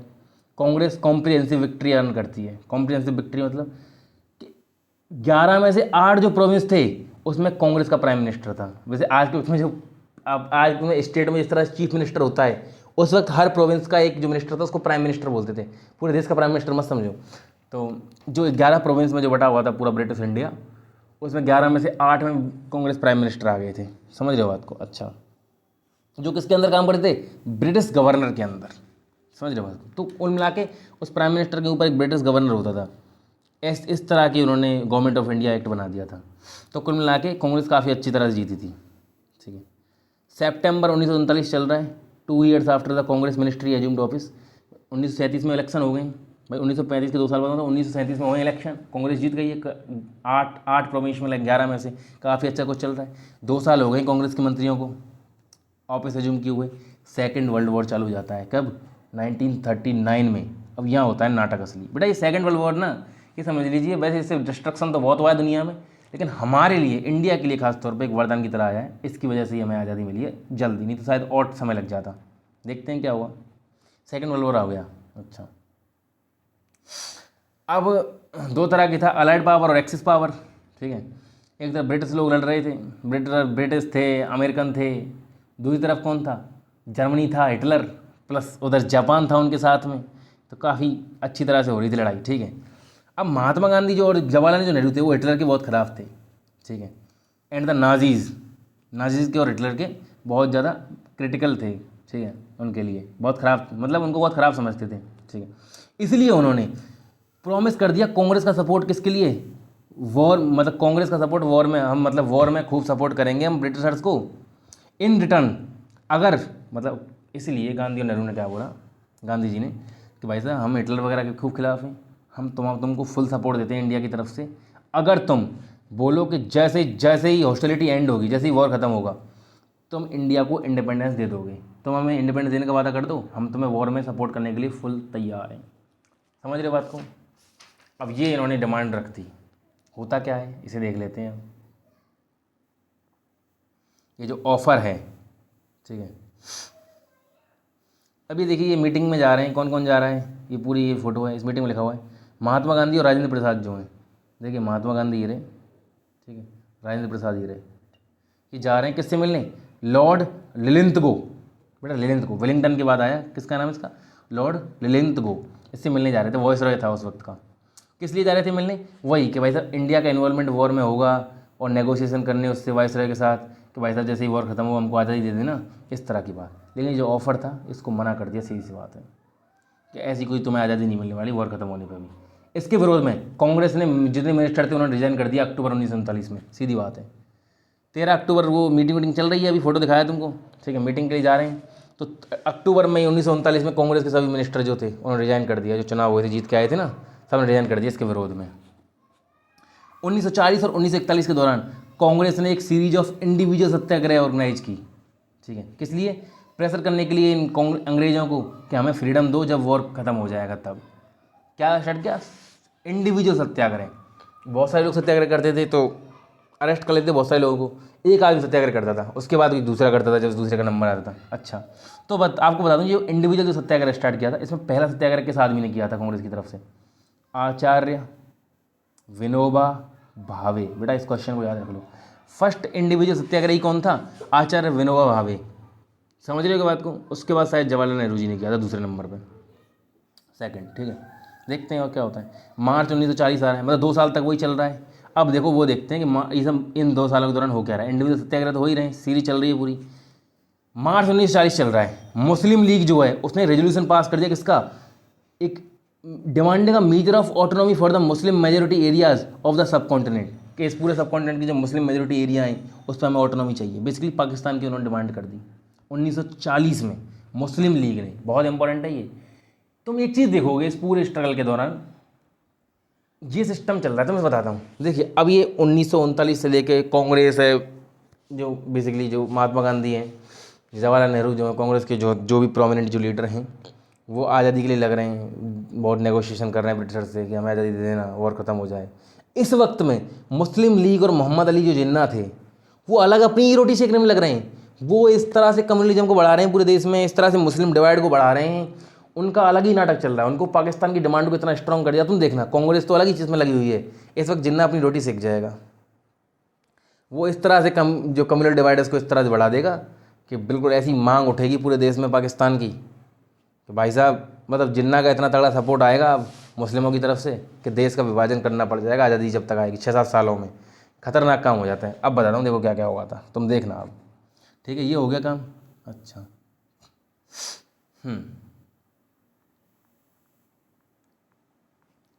अब जो कांग्रेस जो थी इसमें 3 वे का स्ट्रगल हो गया। कैसे? एक तो मुस्लिम लीग, एक ब्रिटिश। कांग्रेस, मुस्लिम लीग और ब्रिटिश। पहले तो कांग्रेस और ब्रिटिश चल रहा था, अब मुस्लिम लीग बीच में अलग घुसा ही है, वो अपना अलग ही वो चाह रही है। अच्छा होता क्या है, अब ब्रिटेन में उस वक्त, बेटा ब्रिटेन की बात कर रहा हूँ, जिस देश का हम पे राज है उस देश में क्या चल रहा है। उस वक्त एक गवर्नमेंट जिसका नाम था ऑल पार्टी गवर्नमेंट। जैसे इस वक्त यहाँ पे भारतीय जनता पार्टी की गवर्नमेंट है, इस तरह वहाँ पे गवर्नमेंट थी, वो क्या थी? All party government. All party government मतलब ऐसी गवर्नमेंट जो जहाँ पे कोई भी पार्टी नहीं है, कंप्लीट मेजोरिटी में, गठबंधन की सरकार है बेसिकली। ठीक है, 2 तरह की वहाँ पे वो होती थी सरकार। एक तो लेबर, बताता हूँ देखो, जैसे जो लेबर पार्टी के जो मेंबर थे, 2 पार्टी थी, लेबर पार्टी के जो मेंबर थे वो काफ़ी सिंपैथिक थे इंडियन एस्पिरेशंस के लिए, जो इंडियंस को फ्रीडम देना चाहते थे। लेकिन जो कंजर्वेटिव जो प्राइम मिनिस्टर था, कंजर्वेटिव जो पार्टी का, विंस्टन चर्चिल, उसने क्या कहा था? वो एक डाई हार्ड इम्पीरियलिस्ट था। उसको कहता था भाई साहब बिल्कुल नहीं छोड़ूंगा, ऐसा थोड़ी है। वो सोचता था कि भाई साहब इंडिया को हमने गुलाम बनाया है, ऐसे कैसे छोड़ दें, हमारा देश है पूरा का पूरा जो इंडिया है। वो काफ़ी इम्पीरियलिस्टिक आदमी था। इम्पीरियलिज्म समझते हो ना तुम? अच्छा, कॉलोनियलिज्म, इम्पीरियलिज्म। अच्छा, उसने कहा था कि मुझे किंग ने अपना पहला मिनिस्टर, मतलब फर्स्ट मिनिस्टर वो होता है प्राइम मिनिस्टर, किंग ने अपना जो प्राइम मिनिस्टर है वो इसलिए अपॉइंट नहीं किया है कि मैं लिक्विडेशन कर दूं ब्रिटिश एम्पायर का। मतलब ये कहा मैं इसलिए प्राइम मिनिस्टर नहीं बनाऊं कि ब्रिटिश एम्पायर को ख़त्म ही कर दूं, ऐसे देशों को आज़ाद कर करके, ये था। लेकिन आपको पता नहीं थी जो ऑल पार्टी जो गवर्नमेंट थी उसमें जो लेबर पार्टी के जो मेंबर थे वो बेटा ये बहुत इंपॉर्टेंट है। मैं क्यों बता रहा हूँ ये सब, आपको ये सब समझना चाहिए कि हर देश में इस तरह की चीज़ें होती हैं। यहाँ पे कांग्रेस को चाह रही है, बीजेपी को चाह रही है, ऐसे हर देश में। उस देश में भी ये चल रहा था, जो लेबर जो पार्टी थी वो चाहती थी कि इंडिया को फ्रीडम दे दो भाई, बहुत स्ट्रगल कर रहे हैं, ख़त्म करो इनको, अलग करो अब यहाँ से ना, बहुत परेशान हो रहे हैं। लेकिन जो वो था कंजर्वेटिव जो प्राइम मिनिस्टर था दूसरी पार्टी का, ठीक है, वो कहता था भाई साहब ऐसे नहीं छोड़ूंगा, बिल्कुल ब्रिटिश एम्पायर ऐसा कैसा ही रहेगा। तो देखते हैं क्या होता है। कौन है भाई ये प्राइम मिनिस्टर? इसका नाम याद रखिए, विंस्टन चर्चिल, जो बिल्कुल खिलाफ था आज़ादी देने के, कंजर्वेटिव प्राइम मिनिस्टर था। ठीक है, अच्छा देखते हैं क्या होता है। 1942 में क्या होता है कि चर्चिल जो था उसको मना लेते हैं to send one of his minister Stafford Cripps. 1942 में चर्चिल को मना लिया गया किस चीज़ के लिए? कि भाई वो अपना एक मिनिस्टर भेजेगा, इसका नाम क्या था? Stafford Cripps, to India to try and forge a compromise with Gandhi ji and the Congress. कहता गांधी जी और कांग्रेस के साथ एक तरह का मतलब वो कर लें। गांधी जी कांग्रेस को मनाने के लिए जो विंस्टन चर्चिल जो था, जो आज़ादी नहीं दे रहा था, वो एक मंत्री को भेजता है अपने को, इसका नाम क्या था? Stafford Cripps. जी आया था, इसी को बोलते हैं क्रिप्स मिशन। क्या बोलते हैं इसको? क्रिप्स मिशन बेटा। ठीक है, हाँ, अभी तक उसी की सरकार चल रही है, क्रिप्स मिशन भेजता है। ठीक है, वो होता ही है talks broke down. Cripps mission को गांधी जी को था क्या बोलते हैं, क्रिप्स मिशन ने जो ऑफर दिया था, क्रिप्स मिशन ने कुछ ऐसा ऑफर दिया था कि जब वॉर एंड हो जाएगा तब का तब सोचेंगे, मतलब वो आज़ादी देने का, अभी से मत जिद करो, अभी हमारा संग दो, ऐसा कुछ इसने बोला था। गांधी ने बोला साफ मना। तो गांधी ने क्या बोला था क्रिप्स मिशन के ऑफर को? ये इसमें नहीं लिखा हुआ है एनसीईआरटी में, लेकिन मैं आपको बताता हूँ। Post dated cheque of a bank, ऐसा कुछ था कि मतलब एक दिवालिया जो बैंक है उसका एक पोस्ट डेटेड चेक है ये, इसका कोई मतलब नहीं है, फालतू का ऑफर है बेसिकली। तो टॉक्स ब्रोक डाउन, टॉक्स का कोई मतलब नहीं होता है। ठीक है, कोई समझौता नहीं हो पाता दोनों के बीच में। ठीक है, however after Congress insisted that if it was to help the British defend India from Axis power, ठीक है, then Viceroy had first to appoint an Indian as a defense member of his executive council। ठीक है, कांग्रेस ने क्या बोल दिया कि भाई देखो, जैसे आज के वक्त में जो काउंसिल ऑफ मिनिस्टर होता है, काउंसिल ऑफ मिनिस्टर में बहुत सारे मंत्री होते हैं, गृह मंत्री, डिफेंस मिनिस्टर, फाइनेंस मिनिस्टर, उसी तरह से पहले काउंसिल ऑफ मिनिस्टर नहीं होता था। अंग्रेजों के ज़माने में इंडिया में होता था वॉइसरॉय की एग्जीक्यूटिव काउंसिल। एग्जीक्यूटिव काउंसिल में ये उस वक्त की काउंसिल ऑफ मिनिस्टर, इसमें अलग तरह के मंत्री होते थे। तो कांग्रेस ने क्या बोला, चलो अच्छा ऐसा करते हैं हम तुमको, ठीक है, कि एक्सेस पावर के खिलाफ सपोर्ट करेंगे। मतलब जो ये जर्मनी जो और ये जापान था इनको एक्सेस पावर बोलते थे, और जो ये यूएस और ये यूके जो था, ब्रिटेन जो था, इसको अलाइड पावर बोलते थे। ठीक है, तो ये अलाइड पावर थे, एक्सेस पावर से इनकी लड़ाई हो रही थी, उनको एक्सेस पावर बोलते थे। ठीक है, ऐसा बोला उन्होंने, हम एक्सेस पावर के खिलाफ तुम्हारा बिल्कुल मदद करेंगे अगर तुम किसी इंडियन को अपना डिफेंस मेंबर ऐड कर दो, बेसिकली डिफेंस मिनिस्टर बना देते हो उस वक्त का, as defence member, as a defence member add कर दो किसी इंडियन को, वॉइस रॉय की जो एग्जीक्यूटिव काउंसिल है उसमें। लेकिन अंग्रेज कैसे मानने वाले हैं? देखिए ये था, महात्मा गांधी जी और क्रिप्स दोनों बात कर रहे हैं, तो बेसिकली देखिए इसकी शक्ल देखिए पता चल, कह रहा है अरे गांधी जी मान जाओ, गांधी कह रहे नहीं नहीं मैं नहीं मानूंगा, देखिए कैसे उंगली दिखा रहे हैं, ओके ठीक है। तो ये हो गया। अब देखिए होता है क्विट इंडिया मूवमेंट, ठीक है भाई, देखते हैं इधर क्या होता है। तो देखिए आपने देखा किस तरह दांडी मार्च हुई, गांधी दोबारा यहाँ पे पहुँचे, फिर कुछ दिनों के लिए हो गए शांत, हो गए कि नहीं शांत भाई, बहुत समय हो गया। जब गवर्नमेंट ऑफ इंडिया एक्ट आया था वो सब हुआ था, बीच में दोबारा चुनाव हुए थे, कांग्रेस जीत गई थी, फिर 1900 जैसे ही 1939 जो वर्ल्ड वॉर स्टार्ट हुआ है, तो उसके बाद ही तो गांधी ने दोबारा स्टार्ट किया है आज़ादी की मांग को। तो अब यहाँ पे आ गए हम 1942, यहाँ पे स्टार्ट होगा क्विट इंडिया, मतलब भारत छोड़ो आंदोलन, इसको बोलते हैं अगस्त क्रांति। क्विट इंडिया का नाम ही अगस्त क्रांति है, अगस्त रेवोल्यूशन, ठीक है जी। क्यों क्यों क्यों बोलते हैं इसको? क्योंकि अगस्त 1942 में स्टार्ट हुई थी, 1942 में अगस्त में स्टार्ट हुई थी, इसको अगस्त क्रांति बोलते हैं, भारत छोड़ो आंदोलन भी बोलते हैं, क्विट इंडिया मूवमेंट भी बोलते हैं, यही है। अब देखिए होता क्या है, ये एक तरफ तो इधर तो क्विट इंडिया मूवमेंट चल रहा है अंग्रेजों के खिलाफ, उधर जिन्ना अपनी अलग ही रोटियाँ सेकने में लग रहा है। वो बेसिकली इतना कम्युनल डिवाइड बढ़ा देता है कि पाकिस्तान की मांग को इसी दौरान बढ़ा देता है बहुत ज़्यादा। वो अलग अलग जगह खूब प्रचार करता है, बताता है किस तरह से कांग्रेस केवल मुस्लिम हिंदुओं की पार्टी है, ऐसा ऐसा करके खूब अपना वो करता है। देखते हैं कि भाई क्रिप्स मिशन के फेलियर के बाद, क्रिप्स मिशन वही जो स्टॉपर क्रिप्स आए थे, क्रिप्स मिशन के फेलियर के बाद महात्मा गांधी डिसाइड करते हैं एक major movement against British rule. देखिए 3 मूवमेंट कर दिए, नॉन कोऑपरेशन मूवमेंट, उसके बाद सिविल डिसोबीडियंस मूवमेंट, अब 3rd मेजर मूवमेंट आने वाला है, इसका नाम क्या है? Quit India movement, quit India campaign, जो कब स्टार्ट हुआ था? अगस्त 1942 में, ठीक है। यद्यपि गांधी जो थे एक बार जेल भी गए थे इसके लिए, ठीक है। ये यंगर एक्टिविस्ट जो थे गांधी के जेल जाने के बाद उन्होंने स्ट्राइक को ऑर्गेनाइज किया, ठीक है, और act of sabotage all over the country, खूब स्ट्राइक किए, खूब विरोध किया है पूरे देश में। ये ऐसा मूवमेंट था, हिला के रख दिया था, ये समझ लीजिए तुम उस वक्त पे। देखते हैं क्या होता है, ठीक है। क्या है, particularly active in the underground resistance were socialist member of the Congress such as Jayaprakash Narayan. जो सोशलिस्ट मेंबर जो कांग्रेस के, वो भी खूब एक्टिव थे रेजिस्टेंस में, जयप्रकाश नारायण टाइप के। अच्छा, कई तरह की जो डिस्ट्रिक्ट थी, लाइक सतारा इन वेस्ट, मतलब वेस्ट में Satara, Medinipur in the east, independent government बना ली गई। तुम समझ रहे हो उसका मतलब? ये मूवमेंट इतना बड़ा था, तुम समझ रहे हो, बहुत बड़ा मूवमेंट स्टार्ट देश में, इसको भारत छोड़ो आंदोलन बोलते हैं। खूब रोडों पे स्ट्राइक हुई, खूब विरोध प्रदर्शन हुए, धुआंधार। कई जगह ऐसी थी जिनमें लोगों ने, जिनमें खुद को इंडिपेंडेंट डिक्लेयर कर दिया कि हम पे किसी का राज नहीं है, खुद की सरकारें बन गई, पैरेलल सरकारें, भले अंग्रेज ऊपर बैठे हैं लेकिन पैरेलल सरकारें बन गई, जिसमें बताता हूँ आपको कौन कौन सी सरकारें बनी, सबके नाम, चिंता ना करिए, आपको सब कुछ बताया जाएगा। जैसे सतारा थी, वेस्ट में सतारा सिटी है, और Medinipur in the east, in the independent government बन गई, ठीक है। ब्रिटिशर्स ने खूब फोर्स के साथ वो किया प्रयास इस सब रिवेलियन को दबाने का, फिर भी ब्रिटिशर्स को 1 साल लग गया इस पूरे के पूरे रिवेलियन को दबाने में, समझ रहे बात को। तो ये क्विट इंडिया जो था, ये जेन्युइनली एक मास मूवमेंट था, ठीक है। कैसे? इसमें 100,000 ऑफ ऑर्डिनरी इंडियंस आ गए थे रोडों पे, ठीक है। It specially energise the young who in very large number left their college to go to jail। तुम सोच रहे हो बेटा, तुम आज के वक्त में सोचो कि अगर ऐसा देश है कहीं गुलाम हो, तुम क्या मतलब अपने कॉलेज पढ़ाई वढ़ाई जॉब वगैरह सबको छोड़ सकते हो जेल जाने के लिए? बिल्कुल नहीं छोड़ सकते, मुझे पता है, तो तुम सोच सकते हो।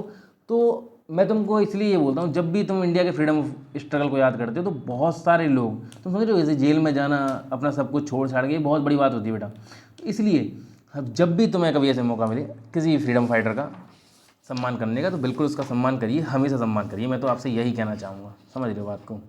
अच्छा जी, अभी जैसे थोड़ा सा ही और बचा है बेटा चैप्टर, ज़्यादा नहीं बचा है, अब तो ख़त्म ही होने वाला है। तो देखते हैं क्या होता है।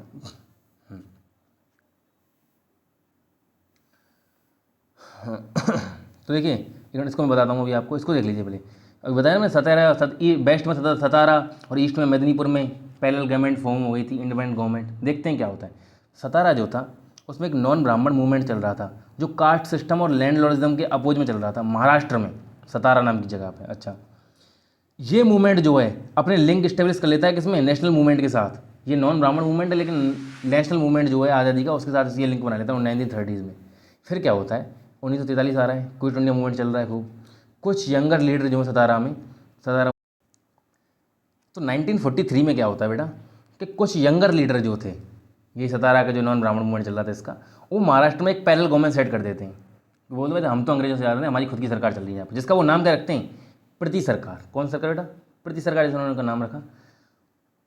किसने मिलकर बनाई थी प्रति सरकार, कुछ वॉलंटियर कॉर्प्स थे जिनका नाम सेवा दल था, और विलेज यूनिट थी जिनका नाम तूफान दल था। बेसिकली दो ग्रुप थे इनमें, इनके मूवमेंट में।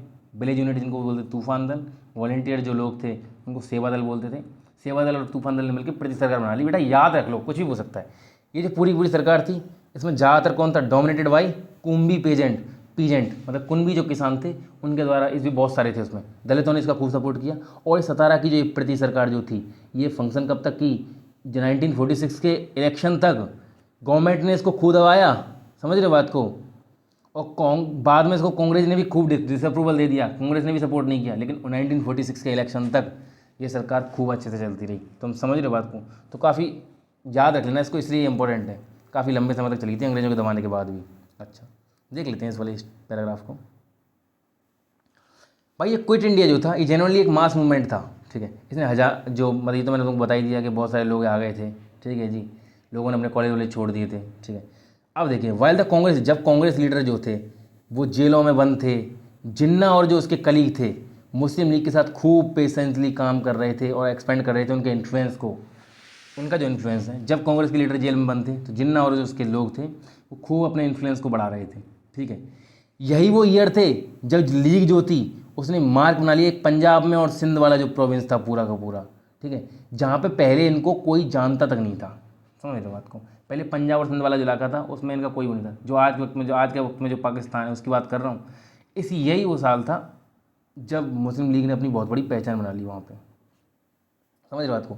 जून 1944 आ गया, end of the war in site, world war खत्म होने वाला था भाई साहब, 1944 आ चुका है। गांधी जेल से छूट गए उसी ईयर के लास्ट में, लेटर दैट ईयर। देखिए ये फोटो है, फोटो में लिखा है women's प्रोसेसन in the Bombay during the quit India movement. देखिए कितनी औरतें खड़ी हुई हैं साड़ियाँ पहन के, ठीक है जी। जेल से छूटने के बाद 1944 में, बेटा पूरी क्रोनोलॉजी को याद रखिए, मैं आपसे फिर बता रहा हूँ, क्रोनोलॉजी याद रखना बेहद ज़रूरी है, ठीक है। इसको भूल जाते हैं। मैं कह रहा हूँ आपको लेक्चर का ये वाला जो पार्ट है पूरा क्विट इंडिया वाला, इसको आपको दोबारा देखना है, 2-3 बार देखना है इसको, तभी आपको जाके रटेगा। गांधी जैसे जेल से छूटे, काफ़ी सारे उन्होंने मीटिंग की जिन्ना के साथ, ठीक है, और कोशिश की कि जो कांग्रेस और लीग के बीच में जो गैप है इसको थोड़ा फिल किया जाए, लेकिन कुछ नहीं हुआ। 1945 में लेबर गवर्नमेंट पावर में आ गई। बेटा ये सबसे इंपॉर्टेंट मोमेंट है। देख, कंजर्वेटिव जो गवर्नमेंट है वो तो वैसे भी आज़ाद करना नहीं चाहती है, लेकिन आपको याद होगा कि जो लेबर पार्टी के जो मेंबर थे वो चाहते थे इंडिया को आज़ाद करो, काफ़ी सिंपैथी रखते थे इंडियन एस्पिरेशन के साथ, इंडियन लीडर्स के साथ। अब 1945 आ गया, लेबर पार्टी आ गई भाई साहब पावर में ब्रिटेन में, ठीक है, और बिल्कुल कमिटेड थी वो इंडिया को इंडिपेंडेंस देने के लिए, ठीक है। इंडिया में उस वक्त वायसरॉय कौन थे, लॉर्ड वेवल, ठीक है। वो उन्होंने कांग्रेस और लीग को साथ में लेके आए वो काफ़ी टॉक्स करने के लिए, लेकिन कुछ नहीं, कोई फ़ायदा नहीं हुआ उसका। 1946 में फ्रेश इलेक्शन हुए दोबारा, पिछली बार 1937 में हुए, अभी वो फिर रिजाइन कर दिया था उन्होंने 2 साल करने के बाद कांग्रेस वालों ने, सभी ने। 1946 में फ्रेश इलेक्शन होते हैं, ठीक है, प्रोविंशियल लेजिस्लेचर के। कांग्रेस ने जनरल जो कैटेगरी थी उसमें कांग्रेस फुल जीती, धमाकेदार। अब देखिए तो, लेकिन जो रिजर्व कैटेगरी थी मुस्लिम के लिए उसमें लीग ने बहुत तगड़ी मेजोरिटी जीती। पहले आपको याद होगा कि ऐसा कुछ नहीं हुआ था, पहले मुस्लिमों ने भी खूब कांग्रेस को वोट दिए थे। तो कुल मिला के जो पॉलिटिकल जो पोलराइजेशन था वो कंप्लीट हो चुका था, देश में खूब अच्छा कम्युनल डिवाइड आ चुका था, देश बस बंटने की तैयारी में था, विभाजन होने वाला है, पार्टीशन होने वाला है देश का। अच्छा जी, कैबिनेट मिशन प्लान आता है गर्मियों के 1946 में। बेटा गर्मियाँ चल रही हैं, मतलब जून जुलाई की गर्मियाँ हैं, ठीक है जी। कांग्रेस और लीग जो है फेल हो जाते हैं, fail to get the Congress and league to the on a federal system that would keep India together while allowing the province a degree of autonomy. कुल मिला के कैबिनेट मिशन प्लान ने क्या बोला था भाई साहब, क्या बोला था कैबिनेट मिशन प्लान ने, देखते हैं। कैबिनेट मिशन प्लान नहीं आया था, इसी ने कॉन्स्टिट्यूशन असेंबली बनाई थी यहाँ पे। लेकिन देखिए मैं आपको बताता हूँ कैबिनेट मिशन प्लान में इन्होंने क्या ऑफर दिया था। वो था इंडिया को बिल्कुल आज़ाद कर देंगे हम, जो प्रोविंस जो है मुस्लिम वाला जो प्रोविंस है जिसमें ये तुम आज़ादी चाहते हो मुस्लिम लीग वाले, उसमें तुम्हारी ऑटोनॉमी रहेगी खूब, बस ऊपर तुम्हारी सरकार रहेगी इंडियन, पूरा देश एक ही रहेगा, तुमको खूब छूट मिलेगी, अच्छी अपनी तरफ से अपने इंटरनल जो फंक्शन है उनको मैनेज कर सकते हो।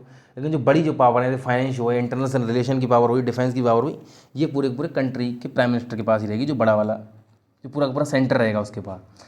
लेकिन टॉक्स हो गई ब्रोक डाउन, कोई मतलब निकला इस बात का, लेकिन कोई नहीं मानी ये बात, उनको आज़ाद देश ही चाहिए था। और जिन्ना ने इस बेटा अब याद रखना कि कैबिनेट मिशन प्लान की जो बातचीत है, इसके फेल होने के बाद जिन्ना ने क्या स्टार्ट किया इसके फेल होने के बाद जिन्ना ने डायरेक्ट एक्शन डे डिसाइड किया।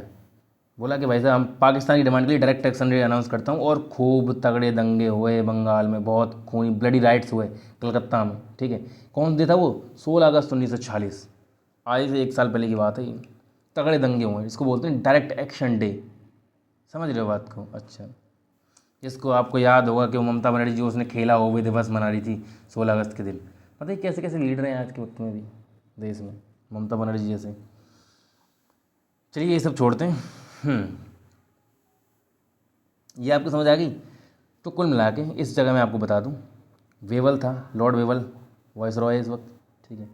1946 में इलेक्शन होते हैं, पोलराइजेशन हो जाता है कंप्लीट। जनरल कैटेगरी में कांग्रेस जीत जाती है, मुस्लिमों की एरिया में मुस्लिम लीग जीत जाती है, ऑल इंडिया मुस्लिम लीग, ठीक है जी। कुल मिला के जिन्ना को पता चल गया पावर तो मेरे हाथ में है, लोग मुझे सपोर्ट करते हैं। कैबिनेट मिशन प्लान आता है, बोलता है भाई साहब कि आज़ाद कर देंगे, तुम्हें अलग देश लेने की क्या जरूरत है, तुम्हें खूब पावर मिलेगी। जिन्ना नहीं मानता, ठीक है जी, जिन्ना नहीं मानता। कैबिनेट मिशन प्लान की वजह से क्या आता है? Direct action day. इसके जस्ट बाद, मतलब इसकी वजह से नहीं, Jinnah direct action day decide cabinet mission plan के बाद। उसके बाद क्या होता है मैं आपको बताता हूँ। उसके बाद होने वाला है कि अब कैबिनेट मिशन प्लान के बाद लॉर्ड माउंटबेटन आने वाला है इंडिया। देखते हैं क्या होता है। फरवरी 1947 आ गया, वेवल को रिप्लेस कर दिया किससे? वॉइस और लॉर्ड माउंटबेटन से। माउंटबेटन ने बोल दिया कि एक लास्ट राउंड ऑफ टॉक करूँगा, एक लास्ट टाइम बात करना चाहता हूँ, ठीक है। जब लास्ट टाइम जो बात थी वो भी इनकन्क्लूसिव रही, इसका भी कोई मतलब नहीं निकला, तो उसने बोल दिया, अनाउंस कर दिया कि ब्रिटिश जो इंडिया है वो फ्री होगा बट ऑल्सो भी डिवाइडेड, लेकिन डिवाइड भी किया जाएगा, ठीक है। तो कुल मिला के वो काला दिन आ गया पार्टीशन का। 15 अगस्त आई, डे आया, सेलिब्रेट किया डिफरेंट पार्ट ऑफ इंडिया में, ठीक है, ठीक है। In Delhi there was a prolong applause when the president of the constituent assembly began the meeting by invoking the father of the nation Mohandas Karamchand Gandhi. कि वैसे प्रेसिडेंट जो कॉन्स्टिट्यूशन असेंबली के जो प्रेसिडेंट थे राजेंद्र प्रसाद, उन्होंने फादर ऑफ द नेशन किसको बोला? महात्मा गांधी जी को, ठीक है जी, राष्ट्रपिता बोल दिया। असेंबली के बाहर नारे लग रहे थे, भारत माँ सॉरी महात्मा गांधी जी की जय। समझ गए बात को? बेबल था उस वक्त, 1946 के इलेक्शन हुए, पोलराइजेशन हो गया, उसके बाद कैबिनेट मिशन प्लान आया, उसके बाद जिन्ना नहीं मानी, डायरेक्ट एक्शन डे हो गया 16 अगस्त को। समर में आ रहा है कैबिनेट मिशन प्लान। फिर क्या हुआ? फरवरी 1947 माउंटबेटन आता है, लास्ट में बात करता है, कोई मतलब नहीं निकलता बातों का, बोल देता है कि इंडिया को फ्री किया जाएगा, ब्रिटिश इंडिया को, लेकिन डिवाइड भी किया जाएगा। समझ रहे हो बात को? काम हो गया खतरनाक। ये देख सकते हो आप, नेहरू जी बैठे हुए हैं और गांधी जी बैठे हुए हैं, पता नहीं ये क्या कर रहे हैं नेहरू जी, शायद ये फ़ोटो गलत मोमेंट में खिंच गया है, वैसे बोलते हो खिंच जाता है ना फोटो। अच्छा जी तो हम देख सकते हैं।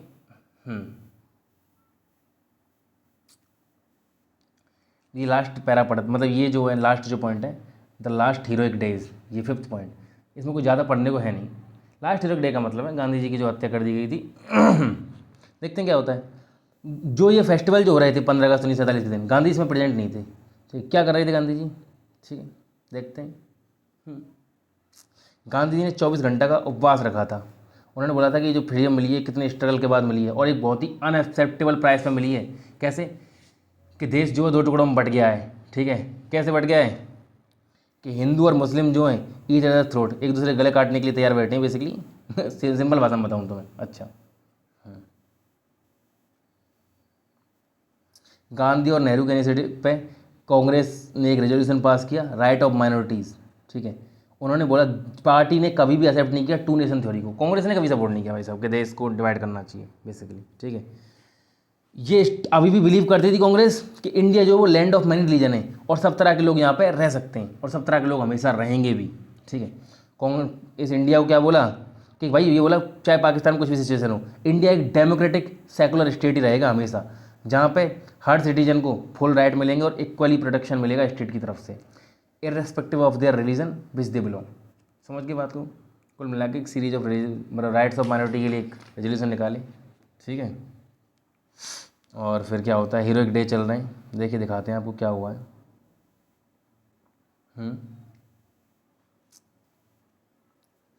ऑन द इवनिंग ऑफ 30 जनवरी को क्या हुआ, 30 जनवरी की चल रही है भाई साहब, 1948 का टाइम चल रहा है शायद। गांधी जो उनको एक यंग मैन, जिसका नाम आप जानते हो, नाथुराम गॉडसे, ब्राह्मण आदमी था, उसने गांधी जी को शॉट डेड कर दिया, बेसिकली गोली मार दी, ठीक है। और क्या था, नाथुराम गोडसे जी क्या करते थे, ब्राह्मण थे, और एक एक्सट्रीमिस्ट हिंदू न्यूज़पेपर था, ठीक है, वो है denounce Gandhi ji as a appeaser of Muslim. वो एक एडिटर थे किसमें, एक हिंदू न्यूज़पेपर के, एक्सट्रीमिस्ट हिंदू न्यूज़पेपर था, इसके एडिटर थे नाथुराम गोडसे जी, जिसमें वो महात्मा गांधी जी को क्या बोलते थे, अपीजर ऑफ मुस्लिम, कि ये तो मुस्लिमों का पक्ष लेने वाला आदमी है, मुस्लिमों का तुष्टीकरण करता है, अपीजमेंट की पॉलिटिक्स करता है, ठीक है। तो ये देखिए, और एक सेकंड देखते हैं। गांधी जी जब ख़त्म हो गए थे, मतलब जब मर गए थे, तो बहुत सारी तारीफ आई, बहुत इंटरनेशनल फिगर से। कौन कौन, अब आप इसमें बेटा नाम नोट कर लीजिए, जॉर्ज ओवेल, ठीक है, और अल्बर्ट आइंस्टीन, समझ रहे हो बात को, अल्बर्ट आइंस्टीन और जॉर्ज ओवेल जैसे उससे आए थे, ठीक है। टाइम मैगजीन जो थी, जिसने एक बार गांधी जी को उनके फिजिकल साइज और नॉन रेशनल आइडियाज़ के लिए किसी वक्त क्रिटिसाइज़ किया था, उसने भी गांधी जी को आज किससे कंपेयर किया, अब्राहम लिंकन से, कि भाई साहब अब्राहम लिंकन हैं गांधी जी तो इंडिया के। ये कुल मिला के गांधी जी को डेथ को लिंकन की डेथ से कंपेयर किया। गांधी जी के बारे में हमें पता कहाँ से लगता है, देखिए हर हम चैप्टर में वो पढ़ते हैं, गांधी के बारे में पता कहाँ से लगता है, तो आपको मैं बता दूँ। पब्लिक वॉइस और प्राइवेट जो स्क्रिप्ट थी, दोनों से बता देते हैं। पब्लिक वॉइस और प्राइवेट स्क्रिप्ट क्या होता है, लोग एक दूसरे को जो लेटर लिखते थे उनमें बता देते थे, ठीक है। लेकिन लेटर पढ़ते वक्त हमें ये भी ध्यान रखना चाहिए कि भाई साहब लेटर, आदमी लेटर लिखते वक्त, बड़ा बड़ा फिगर जो कोई लेटर लिखता है तो ये सोचता है कभी आगे जाके इसको जनता भी पढ़ सकती है, तो इसमें भी एक एम्बिग्यूटी जरूर रहती है विचारों की, लेकिन देख लेते हैं फिर भी। वन इवेंट थ्रू लेटर्स देखते हैं। जवाहरलाल नेहरू जो थे, वो सोशलिज्म का बहुत तगड़ा कीड़ा था उन्हें, ठीक है। वो सोवियत यूनियन जो था उसके कम्युनिस्ट विचारों से बहुत ज़्यादा इम्प्रेस्ड थे। सोशलिस्ट गवर्नमेंट पे से मैं आपको एक सिंपल भाषा में बता दूँ, सोशलिज्म जो है जहर है। अब शायद हो सकता है तुम में से कई लोग एग्री ना करें मेरे साथ, लेकिन जो है वो है, सोशलिज्म तो जहर नहीं है। मैं तो सोशलिज्म को तो अच्छा मानता हूँ, बेसिकली जो कम्युनिज्म है, बेटा कम्युनिज्म बोल रहा हूँ मैं, कम्युनलिज्म नहीं बोल रहा हूँ, दोनों वर्ड्स अलग अलग है। अगर तुम इन सबको नहीं जानते हो तो तुम बहुत बढ़िया हो, जानने की ऐसी कोई ज़रूरत भी है नहीं। गांधी जो थे कांग्रेस के प्रेसिडेंट बने 1936 में, ठीक है। तो नेहरू ने पैशनेटली फासिज्म के अगेंस्ट बोलना शुरू किया, ठीक है, और उन्होंने वर्कर्स और पीजेंट की डिमांड को आगे रखा, ठीक है। लेकिन नेहरू के सोशलिस्ट आइडिया से कुछ लोग परेशान भी थे, कई लोग थे कंजर्वेटिव जैसे राजेंद्र प्रसाद और सरदार पटेल जैसे लोग, अच्छा, ठीक है। तो कुल मिला के आपको पता नहीं चाहिए कि ये जो थोड़े से जो खिलाफ थे, और फिर इस लेटर को वैसे इसमें ऐसा कुछ है नहीं, ये माय डियर जवाहरलाल जी, बापू जी लिखते हैं, सॉरी राजेंद्र प्रसाद लिखते हैं उनके बारे में। राजेंद्र प्रसाद और जो सरदार वल्लभ भाई पटेल थे थोड़े से खिलाफ थे कई विचारों को लेके, है ना। बाकी कई चीज़ों के बारे में लेटर्स तो हो गए, framing a picture through police eyes, police के जो रिकॉर्ड है वहाँ से ही पता लगती हैं बहुत सारी चीज़ें। जैसे ये देखिए, ये हो रहा है, क्या हो रहा है, किस चीज़ का फोटो है, police case with Congress volunteer in Punjab during the civil disorder, 1930 का सिविल डिसऑर्डर मूवमेंट है, उसमें पुलिस जो है, पुलिस वाले लोग हैं वो कैसे प्रोटेस्टर्स को रोक रहे हैं। फिर देखिए ये कि फोर्टनाइटली जो रिपोर्ट है होम डिपार्टमेंट, ये सीक्रेट रिपोर्ट है, ये दांडी मार्च जो उसके बारे में हमें कहाँ से पता लगा है, तो सब अलग अलग जगह जो रिपोर्ट लिखी जा रही हैं इनके बारे में, ऐसा कुछ भी ऐसा इंपॉर्टेंट है नहीं, मैंने पूरी की पूरी रिपोर्ट खुद पढ़ी है सारी की सारी।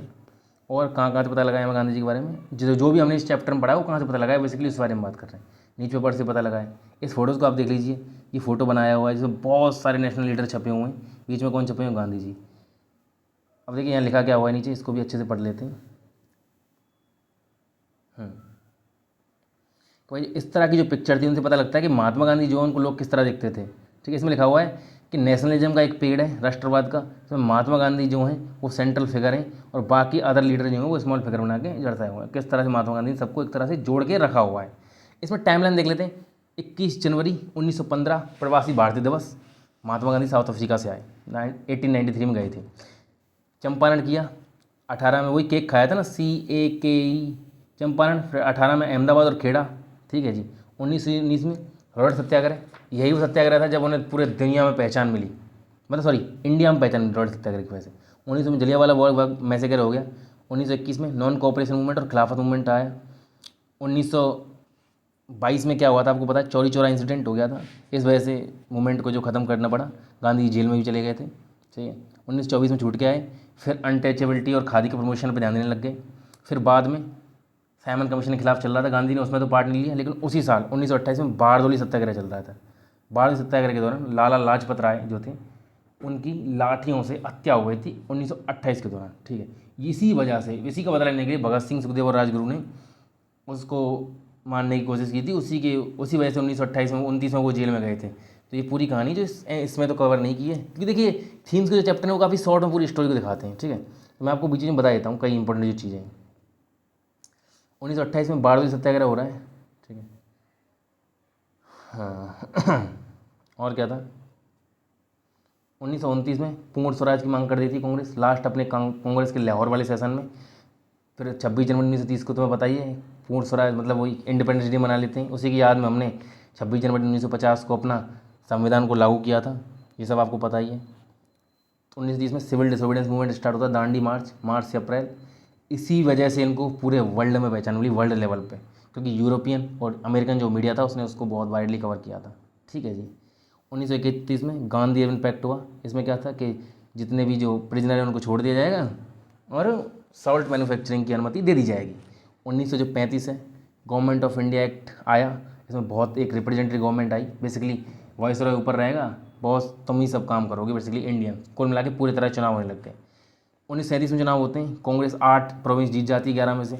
1939 में जब वर्ल्ड वॉर सेकंड स्टार्ट होता है, कांग्रेस बोलती है कि जब हम तुम्हारी मदद करेंगे लेकिन वॉर खत्म हो जाएगा, फ्रीडम देनी पड़ेगी, मना कर देते हैं वो, कांग्रेस के मिनिस्टर रिजाइन कर देते हैं इस बात पे।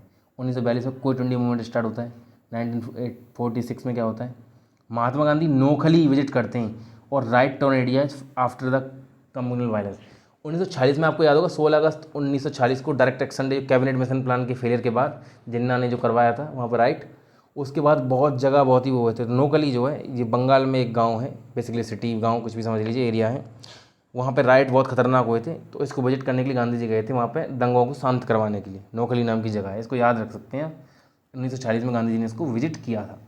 देखिए गाइस ये था लेक्चर अपना, ठीक है, यही है। तो अगर आपको लेक्चर पसंद आया तो प्लीज़ इसको लाइक करिए। जो बच्चा इस लेक्चर के एंड तक पहुँचा है प्लीज़ कमेंट में बताइए, मैं देखना चाहता हूँ कि कौन बच्चे पूरा लेक्चर देखते हैं, या मैं ऐसे ही बनाता हूँ ये लेक्चर जो है, ठीक है। मिलते हैं नेक्स्ट लेक्चर में, तब तक के लिए जय हिंद, जय भारत।